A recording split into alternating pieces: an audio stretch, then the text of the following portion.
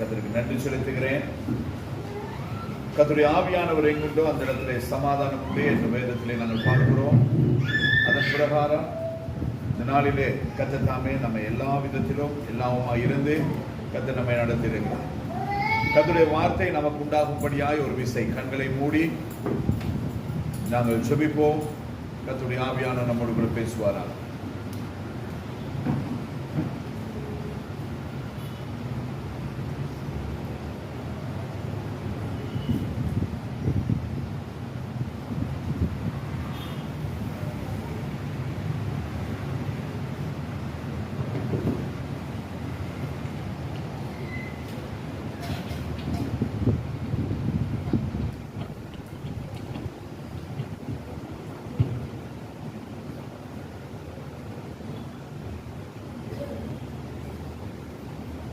உங்க முகத்தை பார்க்கணுமே ஏசையா, உங்க முகத்தை பார்க்கணுமே ஏசையா, உங்க முகத்தை பார்க்கணுமே ஏசையா, உங்க முகத்தை பார்க்கணுமே ஏசையா. Hallelujah, hallelujah, hallelujah,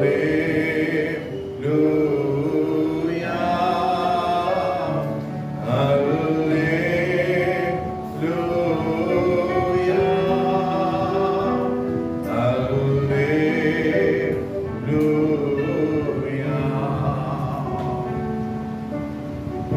ஆண்டவரே, இந்த நாளிலே உம்முடைய முகத்தை பார்க்க செய்வீனாக. ස්වාමීන් වහන්සේ දවස් වහන්සේගේ ලස්සන අලංකාර මුණ දකින්නට වහන්සේ පිට කරුණාව நாள் முழுவதும் உங்களுடைய பிரசன்னம் எங்களை தாங்கி நடத்தும். என்னோடு கூட உங்களுடைய பிடத்திலே நிற்கிறதான ஆண்டவரே, உங்களுடைய மகளையும் என்னையும் மறைத்து கர்த்தர் வெளிப்படுவீர்கள். இயேசு கிறிஸ்துவின் மூலமாய்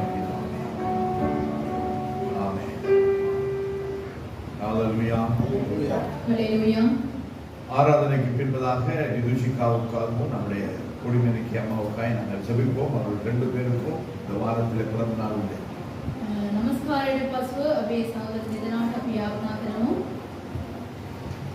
கர்த்தர் இந்த நாளிலும் நம்மோடு கூட பேசுவாராக. எத்தனை பேர் கர்த்தருடைய சத்தத்தை கேட்கும்படியாய் எதிர்பார்ப்போடு கூட இருக்கு. கர்த்தர் இந்த தொடர்ச்சியா 2 வாரங்களாக ஜெபத்தை குறித்து கர்த்தர் நம்மோடு கூட பேசிக் கொண்டிருக்கிறார். கடந்த வாரத்தில் ஜெபிக்க தேவையான பொழுது நாம் ஜெபிக்க வேண்டும் என்பதை குறித்து கர்த்தர் பேசினார். அதற்கு முன்பதாக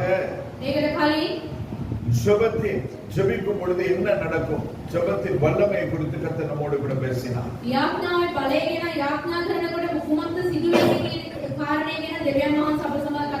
அதற்காக இந்த நாளிலும் கர்த்தர் ஜெபத்தின் முக்கியத்தை குறித்து கர்த்தர் நம்மோடு கூட பேசுவாராம். இந்த வருஷத்தின் ஆரம்பத்திலேயே கர்த்தர் சொன்னார், நாங்கள் ஜெபிக்க வேண்டும். நாங்கள் ஜெபிக்காத பொழுது கர்த்தருடைய கரத்தை நாங்கள் பார்க்க முடியாது, கர்த்தருடைய அற்புதத்தை பார்க்க முடியாது. கர்த்தர் நம்மோடு கூட இருக்கிறதை நாங்கள் அனுபவிக்க வேண்டுமானால், உணர வேண்டுமானால் கர்த்தர் நம்மோடு கூட பேச வேண்டும், நாம் கர்த்தரோடு கூட பேச வேண்டும். எனவே இந்த நாளில் அதை குறித்து நான் இன்னும் ஒரு முக்கியமான பகுதியினூடாய் கர்த்தருடைய ஆவியானவர் நம்மோடு கூட பேச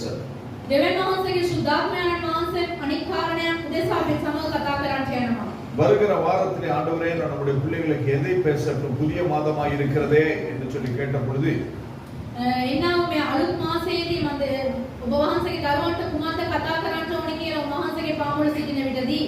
நேற்று முன்தினம் என்னுடைய காரியத்தில் அமர்ந்திருக்கும் பொழுது கர்த்தர் 2 வார்த்தைகளை குறித்து எனக்கு சொல்லி இருக்கிறார். වචන දෙකක් උන්වහන්සේ මා සමග කතා කරා. அந்த வசனங்களையும் எழுதி நான் வைத்திருக்கிறேன். ඒ වචනේ මම ලියා තියෙනවා. அந்த வார்த்தையினூடாக கர்த்தர் வருகிற மாதத்தின் முதலாவது ஞாயிற்றுக்கிழமை பேசுவாராக. ඒ වචනේ තුලදී එන්නා ඔය මාසයේදී උන්වහන්සේ අප සමග කතා කරන්න ඕන. இந்த நாளிலே கர்த்தருடைய ஆவியானவர் நம்மோடு கூட பேசும்படி අද දවසේදී උන්වහන්සේගේ ආත්මයන් වහන්සේ අප සමග කතා කරන පිණිස லூக்கா எழுதினதான சுவிசேஷம் 21வது அதிகாரத்துக்கு நாங்கள் வேதத்தை திருப்பிக் கொள்வோம்.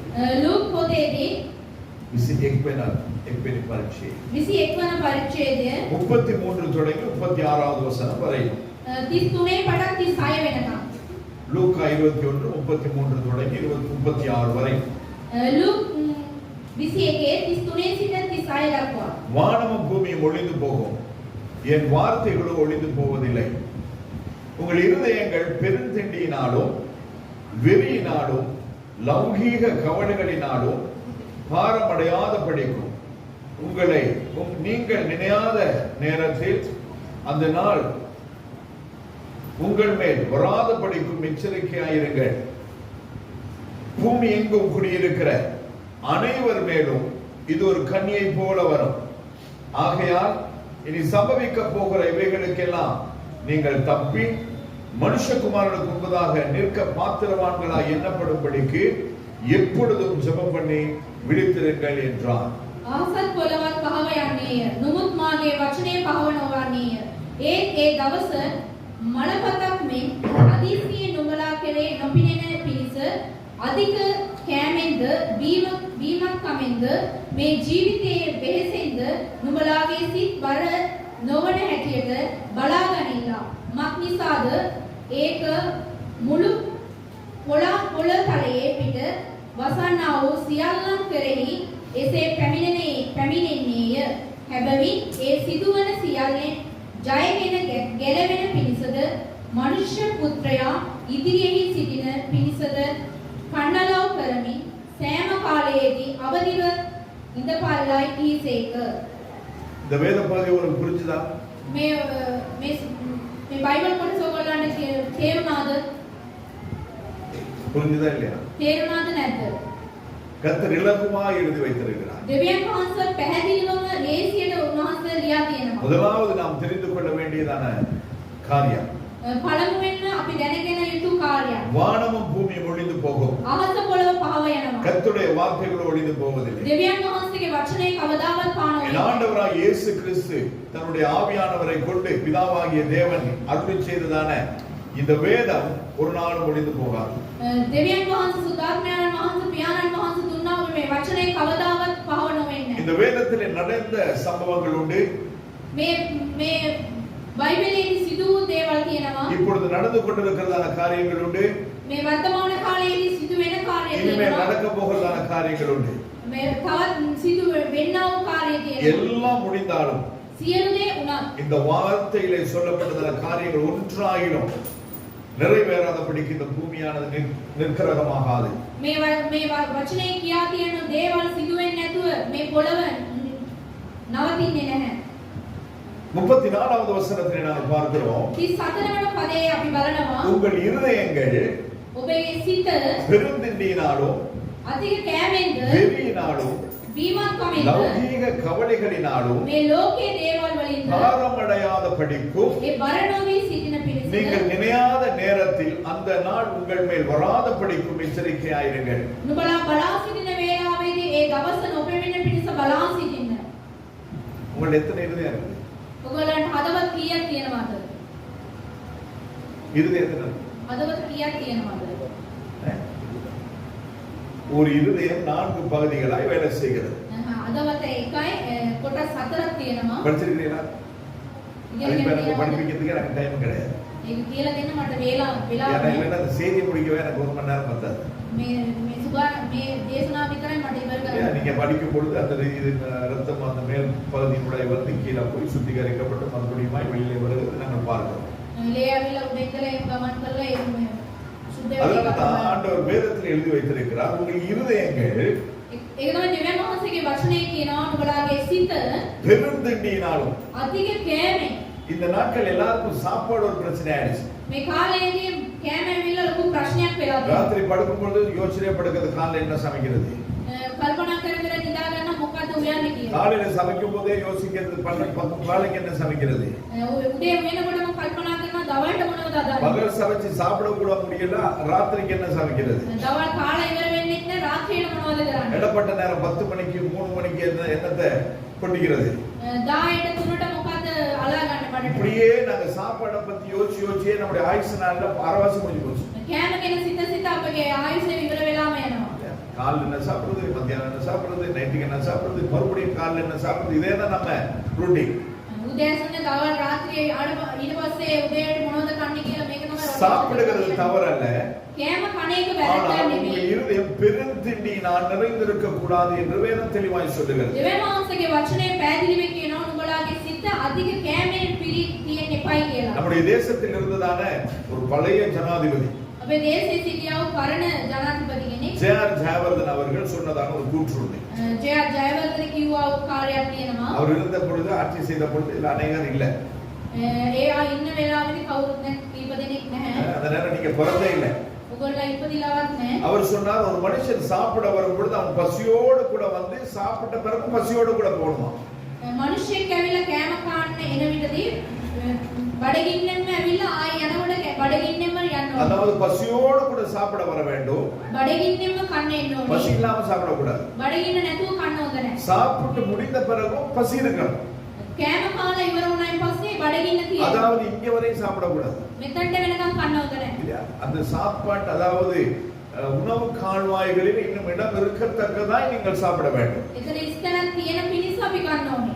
அப்பா மூச்சு கூட விட முடியல அப்படிமா சில சாப்பிட்டு. උස්ම ගන්නවත් බැහැ කියලා සමහරක් කට්ටිය කියනවා. ஏன் அந்த அளவுக்கு சாப்பாட்டு மேல உள்ள ஒரு பிரியம். එච්චර කෑම ගැන තියෙනා ඔය තෘෂ්ණාව. இத சொல்லுவாங்க. இன்னும் போறது இல்ல இல்ல போதும். සමහරක් කට්ටිය කියන ඇති ඇති. நான் நினைப்பேன் ஐயோ சாப்பாடு என்ன அளவா சாப்பிடுறாரு போல அப்படின்னு. කෑම මනල කනවයි කියලා. கேட்ட சொல்ல இல்ல டெசர்ட் சாப்பிடுறோம். டெசர்ட் කන්න ඕනේ. அதுக்காக இடம் வச்சு சாப்பிடுறாப்ல. ඒ ඉඳ ඉඳ තියලා කනවා. இதுதான் நம்முடைய சாப்பாட்டு பழக்கம். මේක තමයි අපේ කෑම පුරුද්ද. ஆனால் ஆண்டவர் சொல்லுகிறார் பெருந்திண்டினால்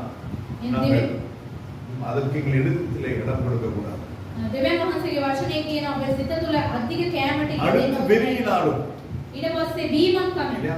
இன்னைக்கு பாத்தீங்கன்னா எல்லாரும் ஏதோ ஒரு போதையில இருக்கிறார்கள். මොනවා බීමක් තමයි කියන්නේ. இல்ல சிலர் வந்து குடிவெறியினாலே மயக்கம் கொண்டு இருக்கிறார்கள். බීලා මත් වෙලා සිටිනවා. அவங்களுக்கு குடிச்ச பிறகு என்ன செய்யறது எப்படி செய்யறதுன்னு ஒண்ணுமே தெரியாது. බීවයින් පස්සේ මොනවද කරන්නේ කියලා මොකුත් දන්නේ නැහැ. ஆனால் இன்னும் சிலர் அநேக விதமான வெறிகளிலே அவர்கள் இருக்கிறார்கள். තවත් බොහෝ කට්ටිය ඇවිල්ලා බොහෝ දේවල් වලින් මත් වී සිටිනවා. என்னது? பெண்கள் மீது வெறி, ஆண்கள் மீது வெறி, பணத்தின் மீது வெறி. ගෑනු සහ පිරිමි වගේම සල්ලි වලට බීමක් තමයි. நம்முடைய ஆஸ்தி சேர்க்கணும், அந்தஸ்து சேர்க்கணும், நம்முடைய வாழ்க்கையில ஒரு பெரிய ஸ்தானத்துக்கு வரணும்ன்ற அந்த வெறிக்கு பின்பதாகவே ஓடிக்கொண்டிருக்கிறார்கள். මේ ජීවිතයේ કોઈ ස්ථානයේ සිටින්න ඕනේ කියන ඒ මත් වී සිටිනවා බොහෝ අය. ஆமா இல்லையா? හවුද නැද්ද? சில பதவிகளிலே வெறி, සමහර කට්ටිය ඇවිල්ලා තමන්ගේ சில ස්ථාන වලට படிப்பிலே வெறி, ඉගෙනීමේදී මත් වී சிலர் සිටිනවා. தன்னுடைய ஆஸ்தியை பெருக்குகிறதிலே வெறி. තමන්ගේ සතු ඇවිල්ලා වැඩි කර ගන්න ඕනේ. இதனாலே நாம் செய்ய வேண்டியதான அநேக காரியங்களை நாங்கள் இழந்து போகிறோம். මේ වගේ දේවල් වලින් බොහෝ දේවල් අපි ඇවිල්ලා අතපසු කර ගන්නවා. படிக்கணும் படிக்கணும் படிக்கணும் பிள்ளை காலையில இருந்து நைட் வரை அனுப்பி பிள்ளைகளுடைய வாழ்க்கையை நாங்கள் தொலைத்து போடுகிறோம். ඉගෙන ගන්න ඕනේ කියලා උදේ ඉඳන් රාත්‍රී වෙනකන් යවලා ඒක ජීවිතේම විනාශ වෙනවා. குடும்பத்தில் இருக்கிறதான பாசத்தை நாங்கள் தொலைத்து போடுகிறோம். පවුලේ තිබෙනා ඔය ප්‍රේමේ නැති කර ගන්නවා. அதாவது பிள்ளைக்கு மற்ற காரியங்களை சிந்திக்க முடியாதபடிக்கு மூளையை நாங்கள் வேறு பக்கத்துக்கு நாங்கள் திசை திருப்பி விடுகிறோம். දරුවාගේ මොලේ ඇවිල්ලා අනිත් දේවල් වලට සිතන්න නොවන පිණිස ඒක අනිත් කාර්ය වලට යොමු කරනවා. இதெல்லாம் நமக்கு தெரியுது. ඒක අපිට පේන්නේ නැහැ. உங்களுக்கு தெரியுமா உங்க புள்ள வளர்ந்து என்ன ஆகும்னு சொல்லிட்டு? ඔයගොල්ලන්ට දන්නවා තමගේ දරුවා ලොකු ළමෙක් කියලා මොනවද වෙන්නේ படிச்சு කියලා. உங்க பிள்ளை என்னவாய் மாறும்னு சொல்லி உங்களுக்கு தெரியுமா? ඉගෙනගෙන මොනවද වෙන්න ඕනේ කියලා වෙනවයි කියලා දන්නවද? தெரியுமா தெரியாது? දන්නවද නැද්ද? ஆனா ஸ்கூல்ல அனுப்பு அந்த கிளாஸ் இந்த கிளாஸ் அந்த கிளாஸ் இந்த கிளாஸ் 24 மணி நேரம் இல்ல. சிலர் சொல்லுவாங்க நேரமே பத்தல. වෙලාවකදී 20 පැය 20ක් அந்த அளவுக்கு பிஸி, படிப்புல பிஸி. එච්චර busy ඒගොල්ලෝ ඉන්නේ. சிலர் வேலையில பிஸி, සමහර කට්ටිය වැඩ சிலர் வீட்டு வேலையில பிஸி. සමහර කට්ටියලා ගෙදර වැඩවලින් busy. அப்படிதானே? එහෙම නේද? உங்க பிள்ளை நாம தெரியும். எந்த ஒரு தகப்பனுக்கும் தாய்க்கும் தெரியாது. කාටවත් දන්නේ නැහැ. ஏன் ஒரு தகப்பன் ஒரு ஊழியக்காரனா இருக்கிற எனக்கே தெரியாது என் பிள்ளை நாமன்னு சொல்லிட்டு. දෙවියන් වහන්සේ සේවකෙක් වුණාම මටවත් දන්නේ මගේ දරුවෝ කුමක්ද වෙන්නේ. ஆனால் நீங்களும் நானும் என்னவாய் ஆகுவோம் என்று சொல்லி நானுடைய வேதம் திட்டமும் தெளிவுமாய் சொல்லுகிறது. ඔබයි මායේ මෙසේ වෙනවයි කියලා මගේ දෙවියන් වහන්සේගේ වචනේ පැහැදිලිව කියනවා. எரேமியா 1:5 சொல்லுகிறார், நான் எரேமியா தாயின் கருவில் உருவாகும் முன்பதாகவே அவனை பரிசுத்தப்படுத்தி ஜாதிகளுக்கு தீர்க்கதரிசியாய் அவனை அழைத்திருக்கிறார்கள். එරේමියාට දෙවියන් වහන්සේ කියනවා ඒ මෞකුසේ ගැබ්බැමට කලින් දෙවියන් වහන්සේ සැලසුම ඔහුගේ ජීවිතේ. அவனுடைய பெயர் எரேமியா என்றும் ஆண்டவர் முன்குறித்திருந்தார். ඔහුගේ නම ඇවිල්ලා එරේමියා කියලා උන්වහන්සේ ඇවිල්ලා මේක කළ තියෙනවා. யோவான் ஸ்நானகனுக்கு யோவான் ஸ்நானகன் இவனுடைய பெயர் என்று சொல்லி கர்த்தர் சொல்லியிருந்தார். யோவான் பௌத்திஸ்மගේ නම ඇවිල්ලා යෝහාන් කියලා උන්වහන්සේ ලියා තියෙනවා. மனோவாவுக்கு சொல்லியிருந்தார் நம்முடைய பிள்ளை என்ன பெயர் வைக்க வேண்டும் என்று சொல்லி. මනෝවට දෙවියන් වහන්සේ කියලා තියෙනවා තමගේ දරුවාට කුමක්ද නම තබන්න ඕනේ කියලා. ஹalleluya. ஹalleluya. ஆனா இன்னைக்கு வரை நமக்கு தெரியாது அவங்க என்னவா. අපිට තව වෙනදුර දන්නේ මගේ දරුවා කුමක්ද වෙන්නේ කියලා. அப்படி தெரிந்திருந்தால் இத்தனை மரணங்கள் இந்த தேசத்திலே சம்பவித்திருந்திருக்காது.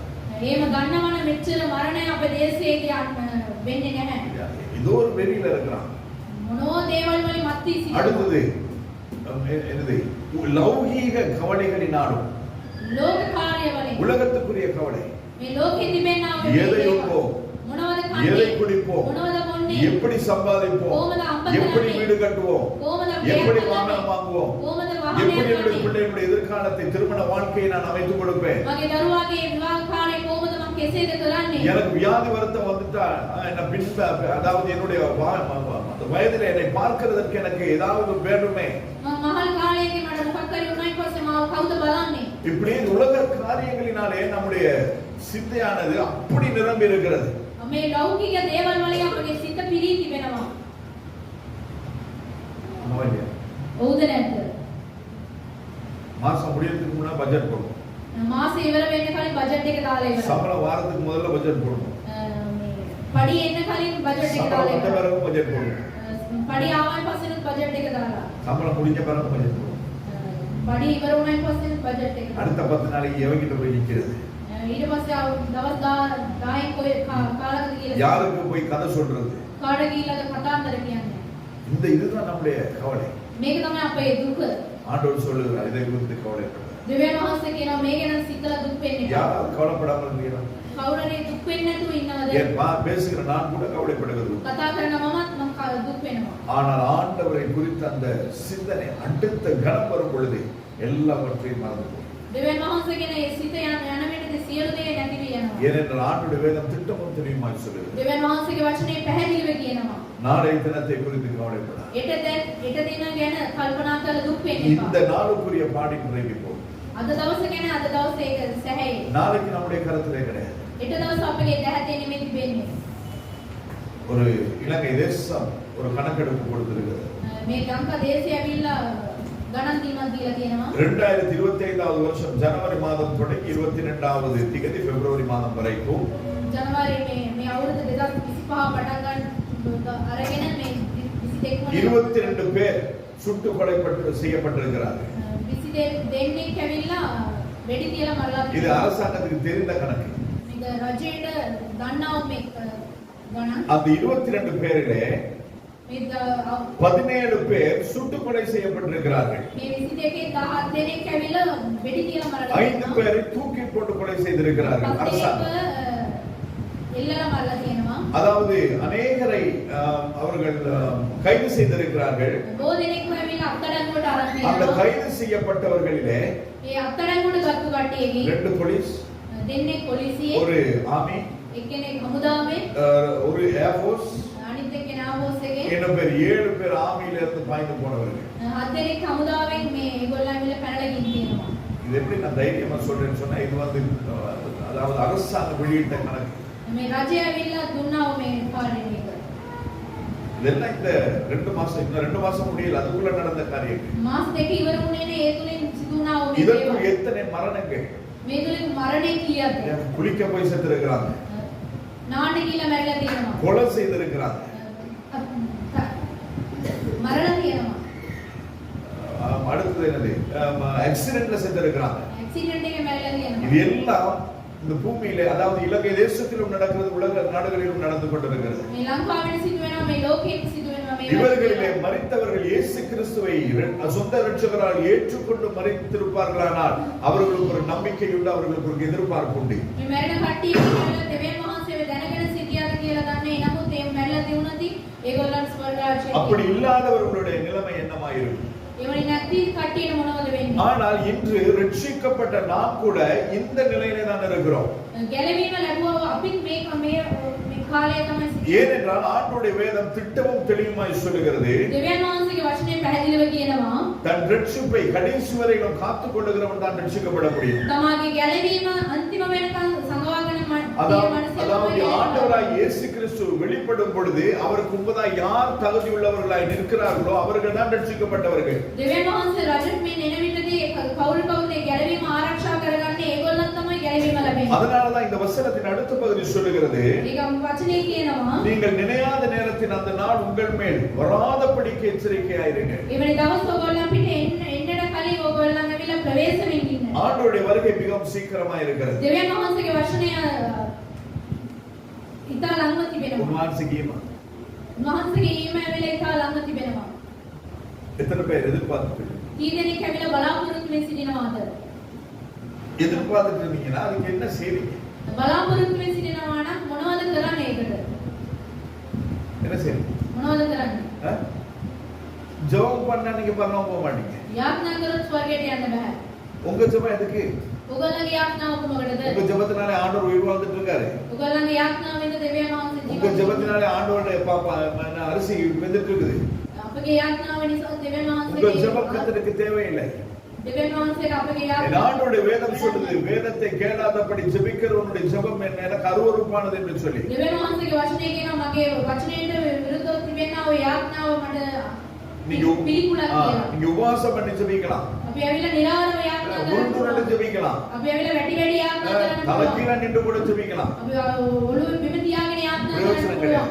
ඒක ඇවිල්ලා කිසි என் ஆண்டவருடைய ප්‍රයෝජනයක් නැහැ. வேதத்தில் சொல்லப்பட்ட காரியங்கள் உங்கள் வாழ்க்கையில நீங்கள் அபியாசப்படுத்தாதபடிக்கு ஜெபிக்கிற ஜெபங்களுக்கு கர்த்தரிடத்திலிருந்து பதில் உண்டாகாது. දෙවියන් වහන්සේගේ වචනයට නොපිටව අපි යාඥා කරොත් ඒක ඇවිල්ලා කිසිම පළක් නැහැ. இவ்வளவு நாள் ஜெபிக்கிற பிரயோஜனமே கிடையாது. මෙච්චර කල් මම යාඥා කරනවා කිසිම පළක් சர்ச்சுக்கு නැහැ. போறேன், அவனுக்கு ஒரு நன்மையும் கிடையாது. චර්ච් එකට යනවා කිසිම පළක් නැහැ.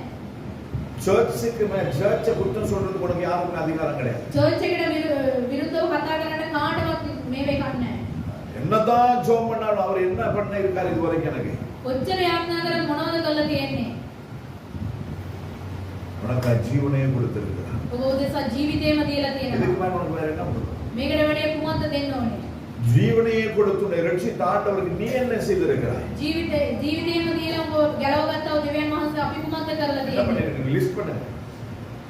ஆண்டவரே நான் உங்களுக்காக இதை பண்ணிருக்கேன், இதை பண்ணிருக்கேன், இதை பண்ணிருக்கேன், இதை பண்ணிருக்கேன், இதை பண்ணிருக்கேன். லிஸ்ட் பண்ண சொன்னா 100 உங்களுக்கு எழுதலாம். ඔයගොල්ලෝ ලිස්ට් එකක් දාන්න කිව්වොත් ඔයගොල්ලන්ට 100 ලියන්න පුළුවන්. அந்த 100லே ඒ 100ම சுயம் இல்லாதபடி, அதாவது தன்னலம் இல்லாத காரியங்கள், கர்த்தருக்காய் மாத்திரம் நீங்கள் செய்த காரியங்கள் எத்தனை இருக்கும்? අත්තකාමී නැතුව දෙවියන් වහන්සේට පමණක් කරපු දේවල් කීයක් තියෙනවද? ஜெபம் பண்ணுங்க. යාඥා කරන්න. ஜெபத்தில் என்ன பண்றீங்க? යාඥාව මොනවද ஆண்டவரே කරන්නේ? என்னை ஆசீர்வதி. දෙවියන් වහන්සේ මාට என் புருஷனை ஆசீர்வதி. මාගේ ස්වාමී என் වහන්සේ புருஷனை ආශිර්වාද ரட்சியும். කරනවා. මාගේ පුරුෂයාව උන්වහන්සේ ගලවන්න. உன் புருஷன் ரட்சிக்கப்பட மாட்டான். එයා ගැලවෙන්නේ නැහැ. உன்னுடைய நன்னடத்தையினால் தான் உன் புருஷன் ரட்சிக்கப்படுவார். යහපත් දේවල් වලින් තමයි ඔහු ඇවිල්ලා ගැලවීම உன்னுடைய ලබන්නේ. ஜெபத்தினால் புருஷன் ரட்சிக்கப்பட முடியாது. ඔබගේ යාඥාවෙන් ගැලවෙන්නේ නැහැ. ஜெபிக்கிறாய், உன்னுடைய வாழ்க்கையில நன்னடத்தை இல்லை என்று சொன்னால் எப்படி ஒரு கணவன் ரட்சிக்கப்படுவார்? යාඥා කරත් තමගේ ජීවිතය ඇවිල්ලා යහපත් දේවල් නැත්තම් කොහොමද එයා ගැලවීම ලබන්නේ? மனைவியானவள் பலவீனமான பாண்டம் என்று வேதம் சொல்லுகிறது.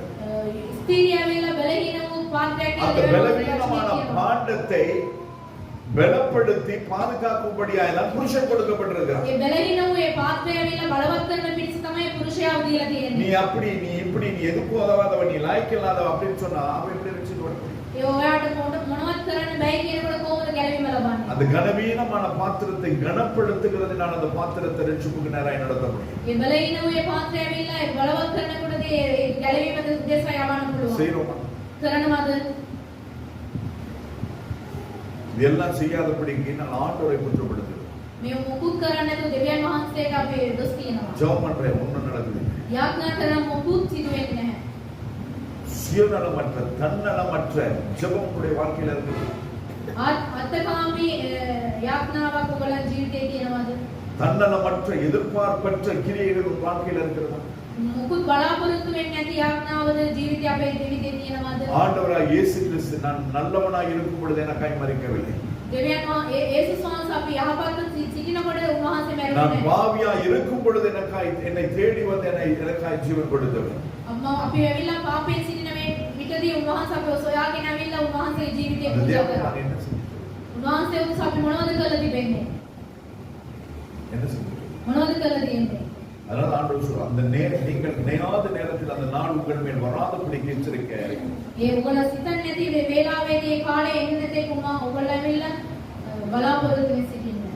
ஞாயிற்றுக்கிழமை வருகிறவர்கள் கிறிஸ்தவர்கள் கிடையாது. ඊට දවස් ප්‍රමාණයක් එන කට්ටිය ඇවිල්ලා ක්‍රිස්තියානි නෙමෙයි. அவர்கள் விசுவாசி. ඔව් ඇවිල්ලා විශ්වාසවන්තයෝ. ஆனால் ஆண்டவராகிய இயேசு கிறிஸ்து சொன்னபடி செய்கிறவர்கள் தான் ஆண்டவருடைய சீஷர்கள். යේසුස් වහන්සේ කිව්වා දේවල් කරන කට්ටිය තමයි දෙවියන් වහන්සේගේ ගෝලයෝ. ஆண்டவர் சீஷர்களை உருவாக்கவே தான் ஆண்டவர் வந்தார்.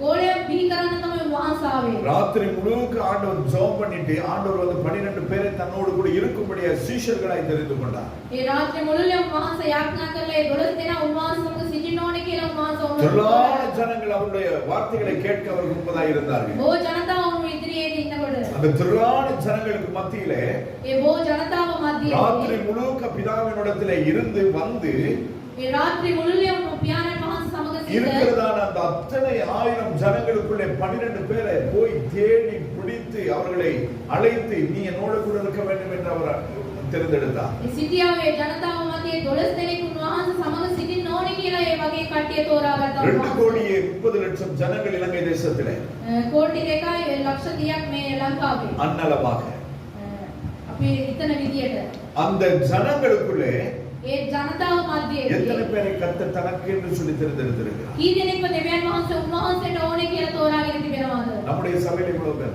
අපේ සභාවේ මෙච්චරයි. இன்னும் சில சபைகள் 500, 1000, 2000, 3000, 5000 ஏன் 1 லட்சம் இருக்கட்டுமே. තව සභාවල ලක්ෂයක් වනින් කට්ටිය ඉන්න පුළුවන්. 2 கோடி எங்கே, லட்சங்கள் எங்கே? කෝටි 2ක් හෝ ලක්ෂ 2ක් හෝ அந்த லட்சியங்களும் ஆண்டவருடைய சீஷர்களா இல்லை. ඒ ලක්ෂය වුණා දෙවියන් වහන්සේගේ ගෝලයන් නෙමෙයි. நிறைய பேர் வந்து கிறிஸ்மஸ்க்கும் ஈஸ்டருக்கும் மட்டும் சர்ச்சுக்கு போறவங்க இருக்காங்க. ஈஸ்டர் එකට ක්‍රිස්මස් එකට පමණක් යනවා කට්ටිය ඉන්නවා. நிறைய பேர் ஞாயிற்றுக்கிழமை மட்டும் போறவங்க இருக்காங்க. සමහර කට්ටිය ඊට දවස් පමණක් යනවා කට්ටිය ඉන්නවා.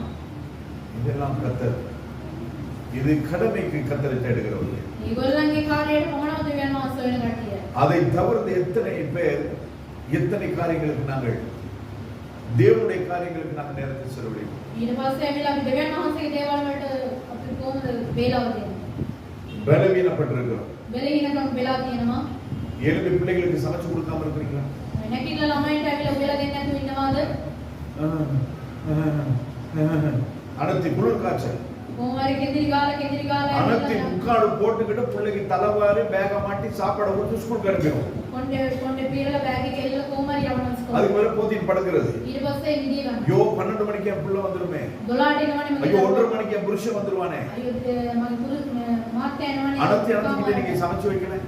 කෙඳිරි ගගා උයන් නැතුව ඉන්නවද? பலவீனம். බැලීනේ. நடக்க முடியாது. ඇවිදින්න முடியாது. මුකුත් කරන්න நான் வேலைக்கு போகலன்னா நோப்பே ஆயிரும். වැඩට ගියේ නැත්තම් ඕකේ වැටෙනවා. ரெண்ட் கொடுக்கணும், கரண்ட் பில் கட்டணும், தண்ணி பில் கட்டணும், பிள்ளைக்கு ஸ்கூல் ஃபீஸ் கட்டணும், வீட்டுல சாப்பிடணும். வேலைக்கு போக இருக்கிறோமா?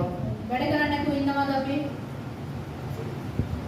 எல்லாத்தையும் பட்டியல் போட்டு நேர்த்தியா செய்கிறோம். லிஸ்ட் එකක් දාලා ඔක්කොම හරියට කරනවා අපි. என் பைக் உடைஞ்சு போச்சு, බයික් එක කැඩිලා. அதனால சர்ச்சுக்கு போறேன்.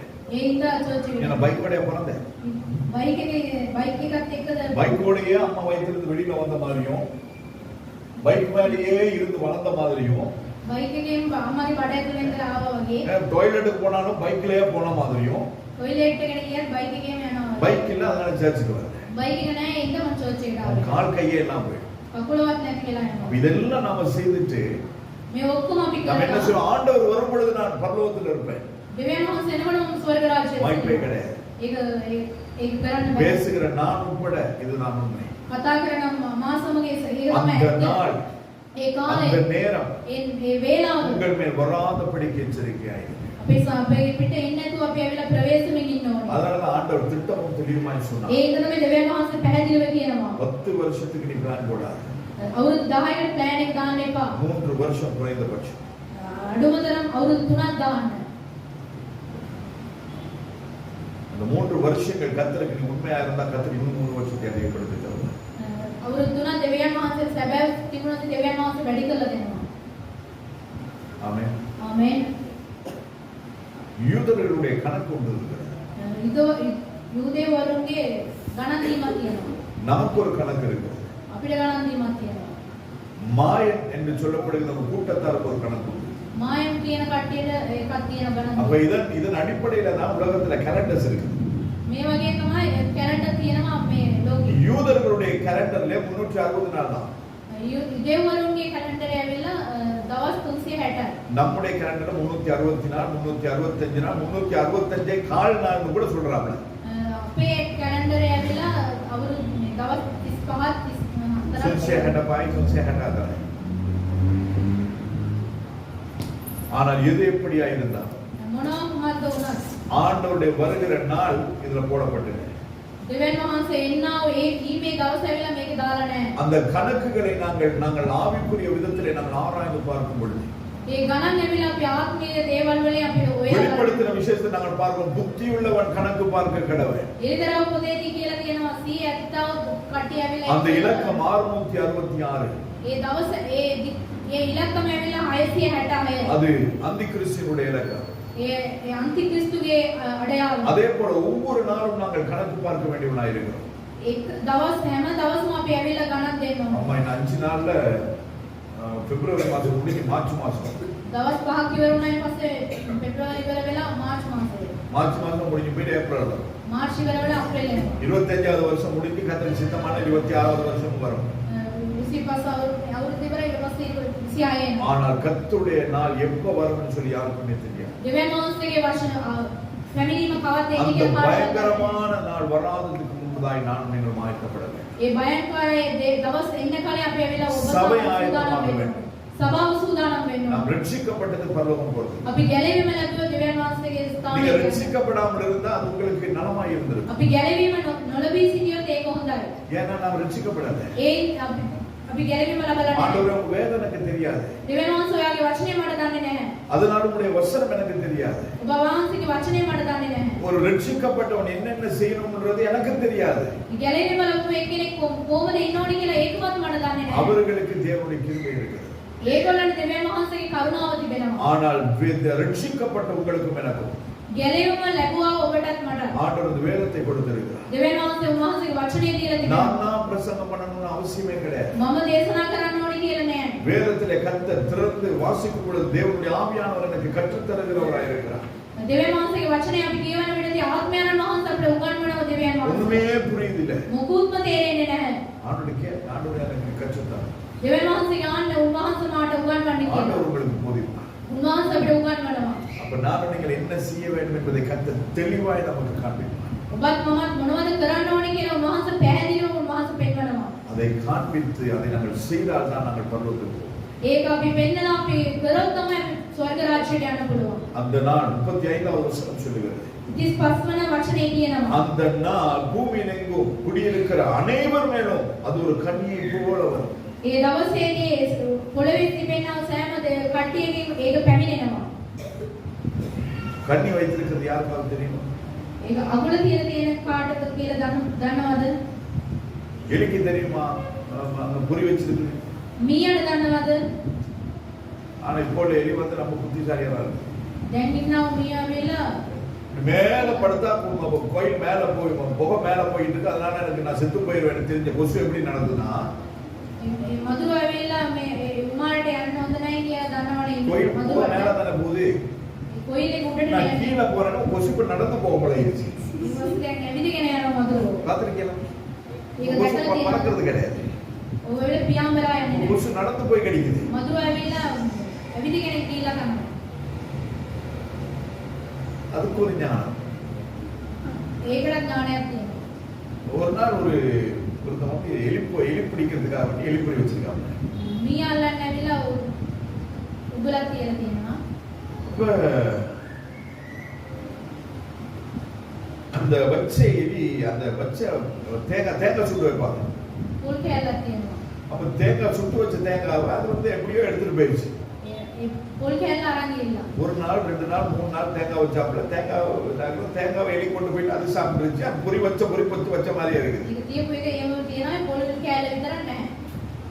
பார்த்தாரு இதுக்கு சரி வராது போல கருவாடு வைப்போம் அப்படின்னு நினைச்சு கருவாடு வச்சிருக்காங்க. මේකට හරියන්නේ නැහැ කියලා කරවල දාලා තියෙනවා. அது சாதாரண கருவாடு கிடையாது, பொம்பளி கருவாடு. பொம்பளி කරවල දාලා තියෙනවා. பொம்பளி கருவாடு வந்து இங்க வச்சா எங்க எல்லாம் ஃபுல் ஏரியா குறிச்ச ஃபுல் ஏரியாவுக்குமே வாசம் வரும்.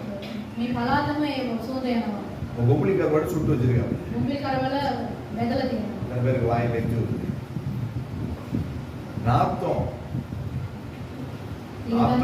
உள்ள கருவாட்டி பொம்பளி கருவாடு தான் டேஸ்ட் ஆகும். ඊය කරවල වලින් රස ඇවිල්ලා பொம்பளி කරවල. சாப்பிட்டு பாருங்க. කාලා බලන්න. என்ன போட்டு சாப்பிட்டோம் அதோட டேஸ்டா තෙල් කාලා කෑවොත් කවත් රසයි. வச்சு பார்த்தா அந்த பொம்பளி கருவாடி தூக்கிட்டு போயிருச்சு. ඒක තියලා බලුවොත් ඒකත් උස්සගෙන ගිහිල්ලා. யாரு? කවුද? எலி. මේ මීයා. பார்த்தா இதுக்கு இந்த எலி பிடிக்கிறதுக்காக வேண்டி இப்ப 220 ரூபாய் தேங்காய். 220යි පොල් ගෙඩියක්. 100 கிராம் கருவாடே 190 ரூபாய். ග්‍රෑම් 100ක් ඇවිල්ලා 190යි. இதெல்லாம் வச்சு செட் ஆகாது. මේක තියලා සෙට් වෙන්නේ. அது வந்து மேஜுக்கு போட்டோம் அப்படின்னா அவன் கையை விட்டுட்டான். ඊට පස්සේ ඇවිල්ලා ඌ ඒක අතේ. ஆனா வழக்கம் போல எலி வந்திருக்குது. හැමදාම වගේ මීයා ඇවිල්ලා තියෙනවා. யார் வந்திருக்குது? කවුද ආවේ? எலி வந்திருக்கு. මීයා ඇවිල්ලා තියෙනවා. ஆனா எலி பொடியில ஒண்ணுமே கிடையாது. ඒක මුකුත් නෑ උතන. எலி என்ன செஞ்சிருக்குது? මීයා எலி பொடியில இப்படி தலைய வச்சு ඒක ඔළුව තියලා கொழுத்ன கரவலத்ன தேங்காவும் இல்ல கருவாடும் இல்ல. கொழுத்ன கரவலத்ன தேங்காவும் இல்ல கருவாடும் இல்ல. அப்படின்னு அது யோசிச்சு தேடிட்டு இருக்கும்போது அது பொடி கிடாச்சு. එහෙම කල්පනා කරනකොට ඒක යොමම වැටුණා. கதை புரியுதா உங்களுக்கு? කතාව තේරුණාද? புரிஞ்சா சரி. තේරුණා නම් හරි. இதுதான் வரும். එහෙම තමයි. கர்த்தர் எல்லாரையும் கொடுத்து கிருபையாய் நம்மை ரட்சிக்கிறார். දෙවන් මාස මොනවාරි දීලා කරුණාවෙන් අපිව ගලවලා அந்த තියෙනවා. ரட்சித்த நேரத்தில் நம்ம கொடுக்கலாம். ඒක ගැලවීම ලබ දවසේම ඇතුළට நாம එනවා. நினைக்கணும் ஆண்டவர் நமக்கு குறி வச்சு நம்ம அதை பிடிக்கிறார். විතනවා දෙවන් මාසේ අවුලක් තියලා අපිව අල්ලනවා. குறி வைத்து கர்த்தர் நம்மை பிடிக்கிறவர். එහෙම තියලා අල්ලන දෙවන් මාසේ. அவர் கிருபையாய் பிடிக்கிறார். කරුණාවෙන් අපිව ඇල්ලුවා දෙවන් මාසේ. அந்த குறி வைத்து பிடிக்கிறது பிசாசுடைய வேலை. එවැනි දේවල් කරන්නේ යක්ෂයාගේ கண்களுக்கு கவர்ச்சி, හැට පිනවන மாம்சத்துக்கு சுகம், මාංශයට ඇවිල්ලා எல்லாம் கொடுக்கிறது சத்துரு. මෙවැනි දේවල් දෙන්නේ ඇවිල්ලා සතුරා. ஆனால் நம்மை கர்த்தர் கிருபையாய் ரட்சிக்கிறார். මාංශ අපිව කරුණාවෙන් ගලවලා තිබෙනවා. எனக்கு பிசாசு வைத்திருக்கிற கனி யாருக்குமே தெரியாது. යක්ෂයා කියලා තිබෙනවා අගුල කාටවත් පෙන්නේ නැහැ. இதுவரைக்கும் யாராவது நீதி புத்தகத்துக்குள்ள கண்ணை கொண்டு போய் வச்சு உள்ள சுட்டுறதை கேட்டிருக்கீங்க? ඒ පොතේ ඇවිල්ලා කන්න එක තියලා පිළිච්ච එක දැකලා තියෙනවා කවුරුද? முதல் முறை පළවෙනි ඉතින්. உள்ள போய் உள்ள இருக்கிறவனையே சுட்டுறான். ඇතුළට ගිහිල්ලා ඇතුළේ හිටියාව එක්කනවා වෙඩි තියෙනවා. ஆனா நாம என்ன எல்லாம் சொன்னாங்க, ஓ நல்ல கவர்மெண்ட் வந்துருச்சு, ඔක්කොම හොඳ යහපත් அரசாங்கம் மாறும், ඔක්කොම වෙනස් වෙනවා. தேசம் மாறும், දේශය වෙනස් වෙනවා. ஜனங்களுக்கு ஒரு நன்மை உண்டாகும். ජනතාවට යහපත් දේවල් දෙයක් ஆண்டவர் சொன்னார் දෙවියන් වහන්සේ කිව්වා. ஒண்ணும் மாறாது, කිසිම දෙයක් වෙනස් වෙන්නේ නැහැ. இருக்கிறத விட மோசமாகும். තියෙනටත් වැඩි ඔක්කොම 2 மாதம் தான் වෙනස් වෙනවා. இந்த வருஷம் முடிய 10 மாதங்கள் உண்டு. මේ මාසෙ ඉවර වෙන මේ අවුරුද්ද ඉවර වෙන මාස கர்த்தர் 10ක් சொன்னதை තියෙනවා. கர்த்தர் செய்வார். දෙවියන් වහන්සේ කියපු දේවල් දෙවියන් වහන්සේ ஆனால் அந்த කරනවා. காரியங்களை நாங்கள் நடக்காதபடி காக்க வேண்டுமா? ඒ දේවල් ඇවිල්ලා සිදු වෙන්නේ නැතුව අපි ඇවිල්ලා தேவன் நம்மிடத்தில் எதிர்பார்க்கிறதை நாம் செய்ய வேண்டும். දෙවියන් වහන්සේ අපෙන් බලාපොරොත්තු වෙන එක අපි කරන්නේ. ஏன் கர்த்தர் தீர்க்க தரிசனமாய் பேசுகிறார்? ඒ දෙවියන් වහන්සේ අනාගත වාක්‍ය වලින් කතා இது කරන්නේ. நடக்கும், මේක සිදු වෙනවා. கண்டிப்பாய் நடக்கும். මේක අනිවාර්යෙන් සිදු වෙනවා. ஆனால் அதை நடக்காமல் தடுக்கிறதுக்கு ඒක නැති ඒක සිදු වෙන්නේ නැතුව නවත්තන එක. தேவன் நமக்கு திறப்பிலே நிற்கும்படியாய் கர்த்தர் எதிர்பார்க்கிறார். දෙවියන් වහන්සේ අපි ඇවිල්ලා කඩුලේ සිටින පිරිස උන්වහන්සේ කතා කරනවා. அந்த காரியங்களை செய்யும் பொழுது கர்த்தர் நம்மை காப்பார். එවැනි දේවල් කරනකොට උන්වහන්සේ අපිව ආරක්ෂා කරනවා. இயற்கைக்கு அப்பாற்பட்ட வாதைகள் இந்த பூமி எங்கும் நடக்கும்னு சொல்லி கர்த்தர் சொன்னார். සෑම මේ රෝග ඇවිල්ලා මේ පොළවේ වෙනවයි කියලා කියනවා. நம்முடைய நாட்டிலே ரோகங்கள் வந்திருக்கிறதா? வாதைகள் வந்திருக்கிறதா? வசந்தம் වසංගත ඇවිල්ලා තියෙනවද? இன்னும் வரும். තවත් වෙනවා. ஆனால் வராதபடிக்கு அதை தப்புவிக்க வேண்டுமான்னு நாங்கள் தேவன் சொல்லுகிறதை செய்கிறோம். සිද්ධි නොවන පිණිස අපි ඉන්න ඕන නම් එයා කඩුලේ සිටින්න. ஊழியக்காரர்கள் ஜாக்கிரதை என்று கர்த்தர் சொல்லியிருக்கிறார். සේවකයන් ඇවිල්ලා ප්‍රවේශමෙන් ඉන්න ඕන அவங்க කියන ஊழியமே செய்தாலும் දෙවියන් වහන්සේ සේවයක් කරා. தேவன் சொல்லாத ஊழியங்களை செய்கிறவர்கள் ஐயோ என்று கர்த்தருடைய ஆவியானவர் சொல்லியிருக்கிறார். දෙවියන් වහන්සේ කියපු නැති සේවය කරොත් ඒකට අයියෝ කියලා දෙවියන් වහන්සේගේ වචනේ. எஸ்தர் ராஜாவினுடைய அரண்மனையிலே தான் இருக்கிறார். එස්තර ඇවිල්ලා රජතුමාගේ මාලිගාවේ තමයි සිටින්නේ. யூதர்கள் தேசத்தில் இருக்கிறதான யூதர்களை கொலை செய்யும்படிக்கு அங்கு சதிகள் செய்யப்படுகிறது. දේශේ සිටිනා යුදේවරුන්ව මරණ පිණිස ඇවිල්ලා ඒ අණ පිට වෙලා තියෙනවා. அப்ப மொர்தெகாய் வந்து சொல்லுகிறான், මොද්දගායි කියනවා நீ ராஜ அரண்மனையிலே இருந்தாலும் ඔබ ඇවිල්ලා රජතුමාගේ මාලිගාවේ සිටියා. தப்ப முடியாது. මේක ඇවිල්ලා මේව වෙන්න බෑ. வாய்ப்பே இல்லை.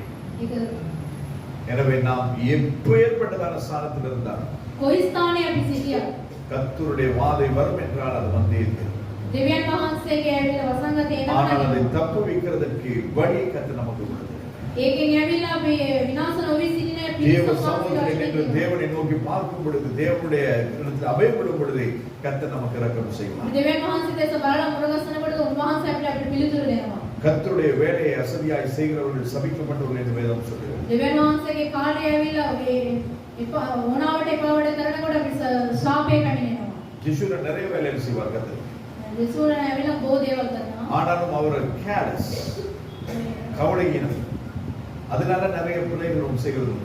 ඒක ගොඩක් වැරදි කරනවා.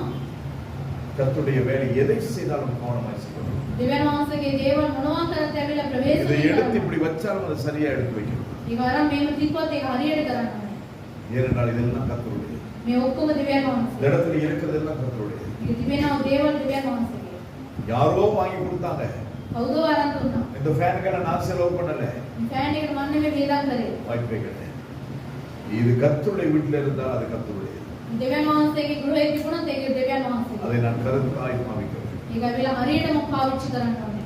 நிறைய பேர் வர்றது உட்கார்றது எழுப்பி போயிடுறது அவ்வளவு. එනවා වාඩි වෙනවා එම්ම එනවා. அது செய்ய முடியாது. එහෙම කරන්න එපා.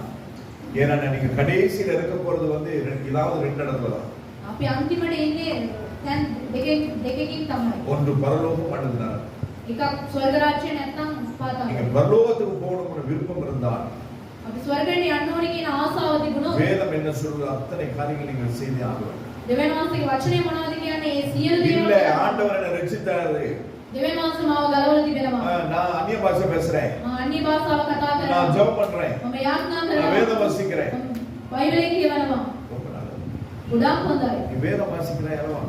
දෙවියන් වහන්සේ වචනේ කියනවනේ. அந்த வேதம் என்ன சொல்லுகிறது? මේ බයිබලේ මොනවද කියන්නේ? என்ன சொல்றது? මොනවද කියන්නේ? ஒருவருடைய பாரத்தை ஒருவர் சுமந்து. අනිත් එක්කෙනාගේ බර තව එක්කෙනෙක් උසලන්න ඕනේ. அது எங்க இருக்கு? කොහෙද තියෙන්නේ? எங்க இருக்குது? කොහෙද තියෙන්නේ? பைபிள்ல தான் இருக்கு. බයිබලේ තියෙන්නේ. ஒருவருக்காக ஒருவர் ஜெபம் பண்ணுங்க. අනිත් අය උදෙස අපි යාඥා කරන්න ඕනේ. ஒரு கணத்துல அடிச்சா மத்த கணத்துல திருப்பி கொடு. එක් කම්බලේ ගැවුවොත් අනිත් කම්බල පෙන්නන්න ඕනේ. இதெல்லாம் எங்க இருக்குது? මේක කොහෙද තියෙන්නේ? நீங்க வாசிக்கிற பைபிள்ல தான் இருக்கு. කියවනවා මේ බයිබලේ තමයි තියෙන්නේ. ஐயோ எனக்கு தெரியாது. අයියෝ මට දන්නේ නැහැනේ. சொல்ல வாய்ப்பே கிடையாது. ඒක කියන්න බෑ. அப்படின்னா உனக்கு நீ வாசிக்க. ඒක කියවන්න නැතුයි. ரட்சிக்கப்பட்ட 2 வருஷம். ගැලවීම ලබලා අවුරුදු දෙකයි. யாராவது 2 வருஷம். අවුරුදු දෙකක්. ගැලවීම ලබලා අවුරුදු දෙකක්. இந்த 2 வருஷத்துல பைபிளை எத்தனை முறை வாசிச்சு முடிச்சு? අවුරුදු දෙකකින් කීසරයක් බයිබලේ කියවලා ඉවරද? இல்ல நான் ரட்சிக்கப்பட்ட 5 வருஷம். අවුරුදු 5ක්. எத்தனை முறை வாசிச்சு முடிச்சு? කීසරයක් කියවලා. நான் பிறந்த நாள்ல இருந்தே கிறிஸ்தவன் தான். උපතුන් දවසේ ඉඳලා මම ක්‍රිස්තියානි.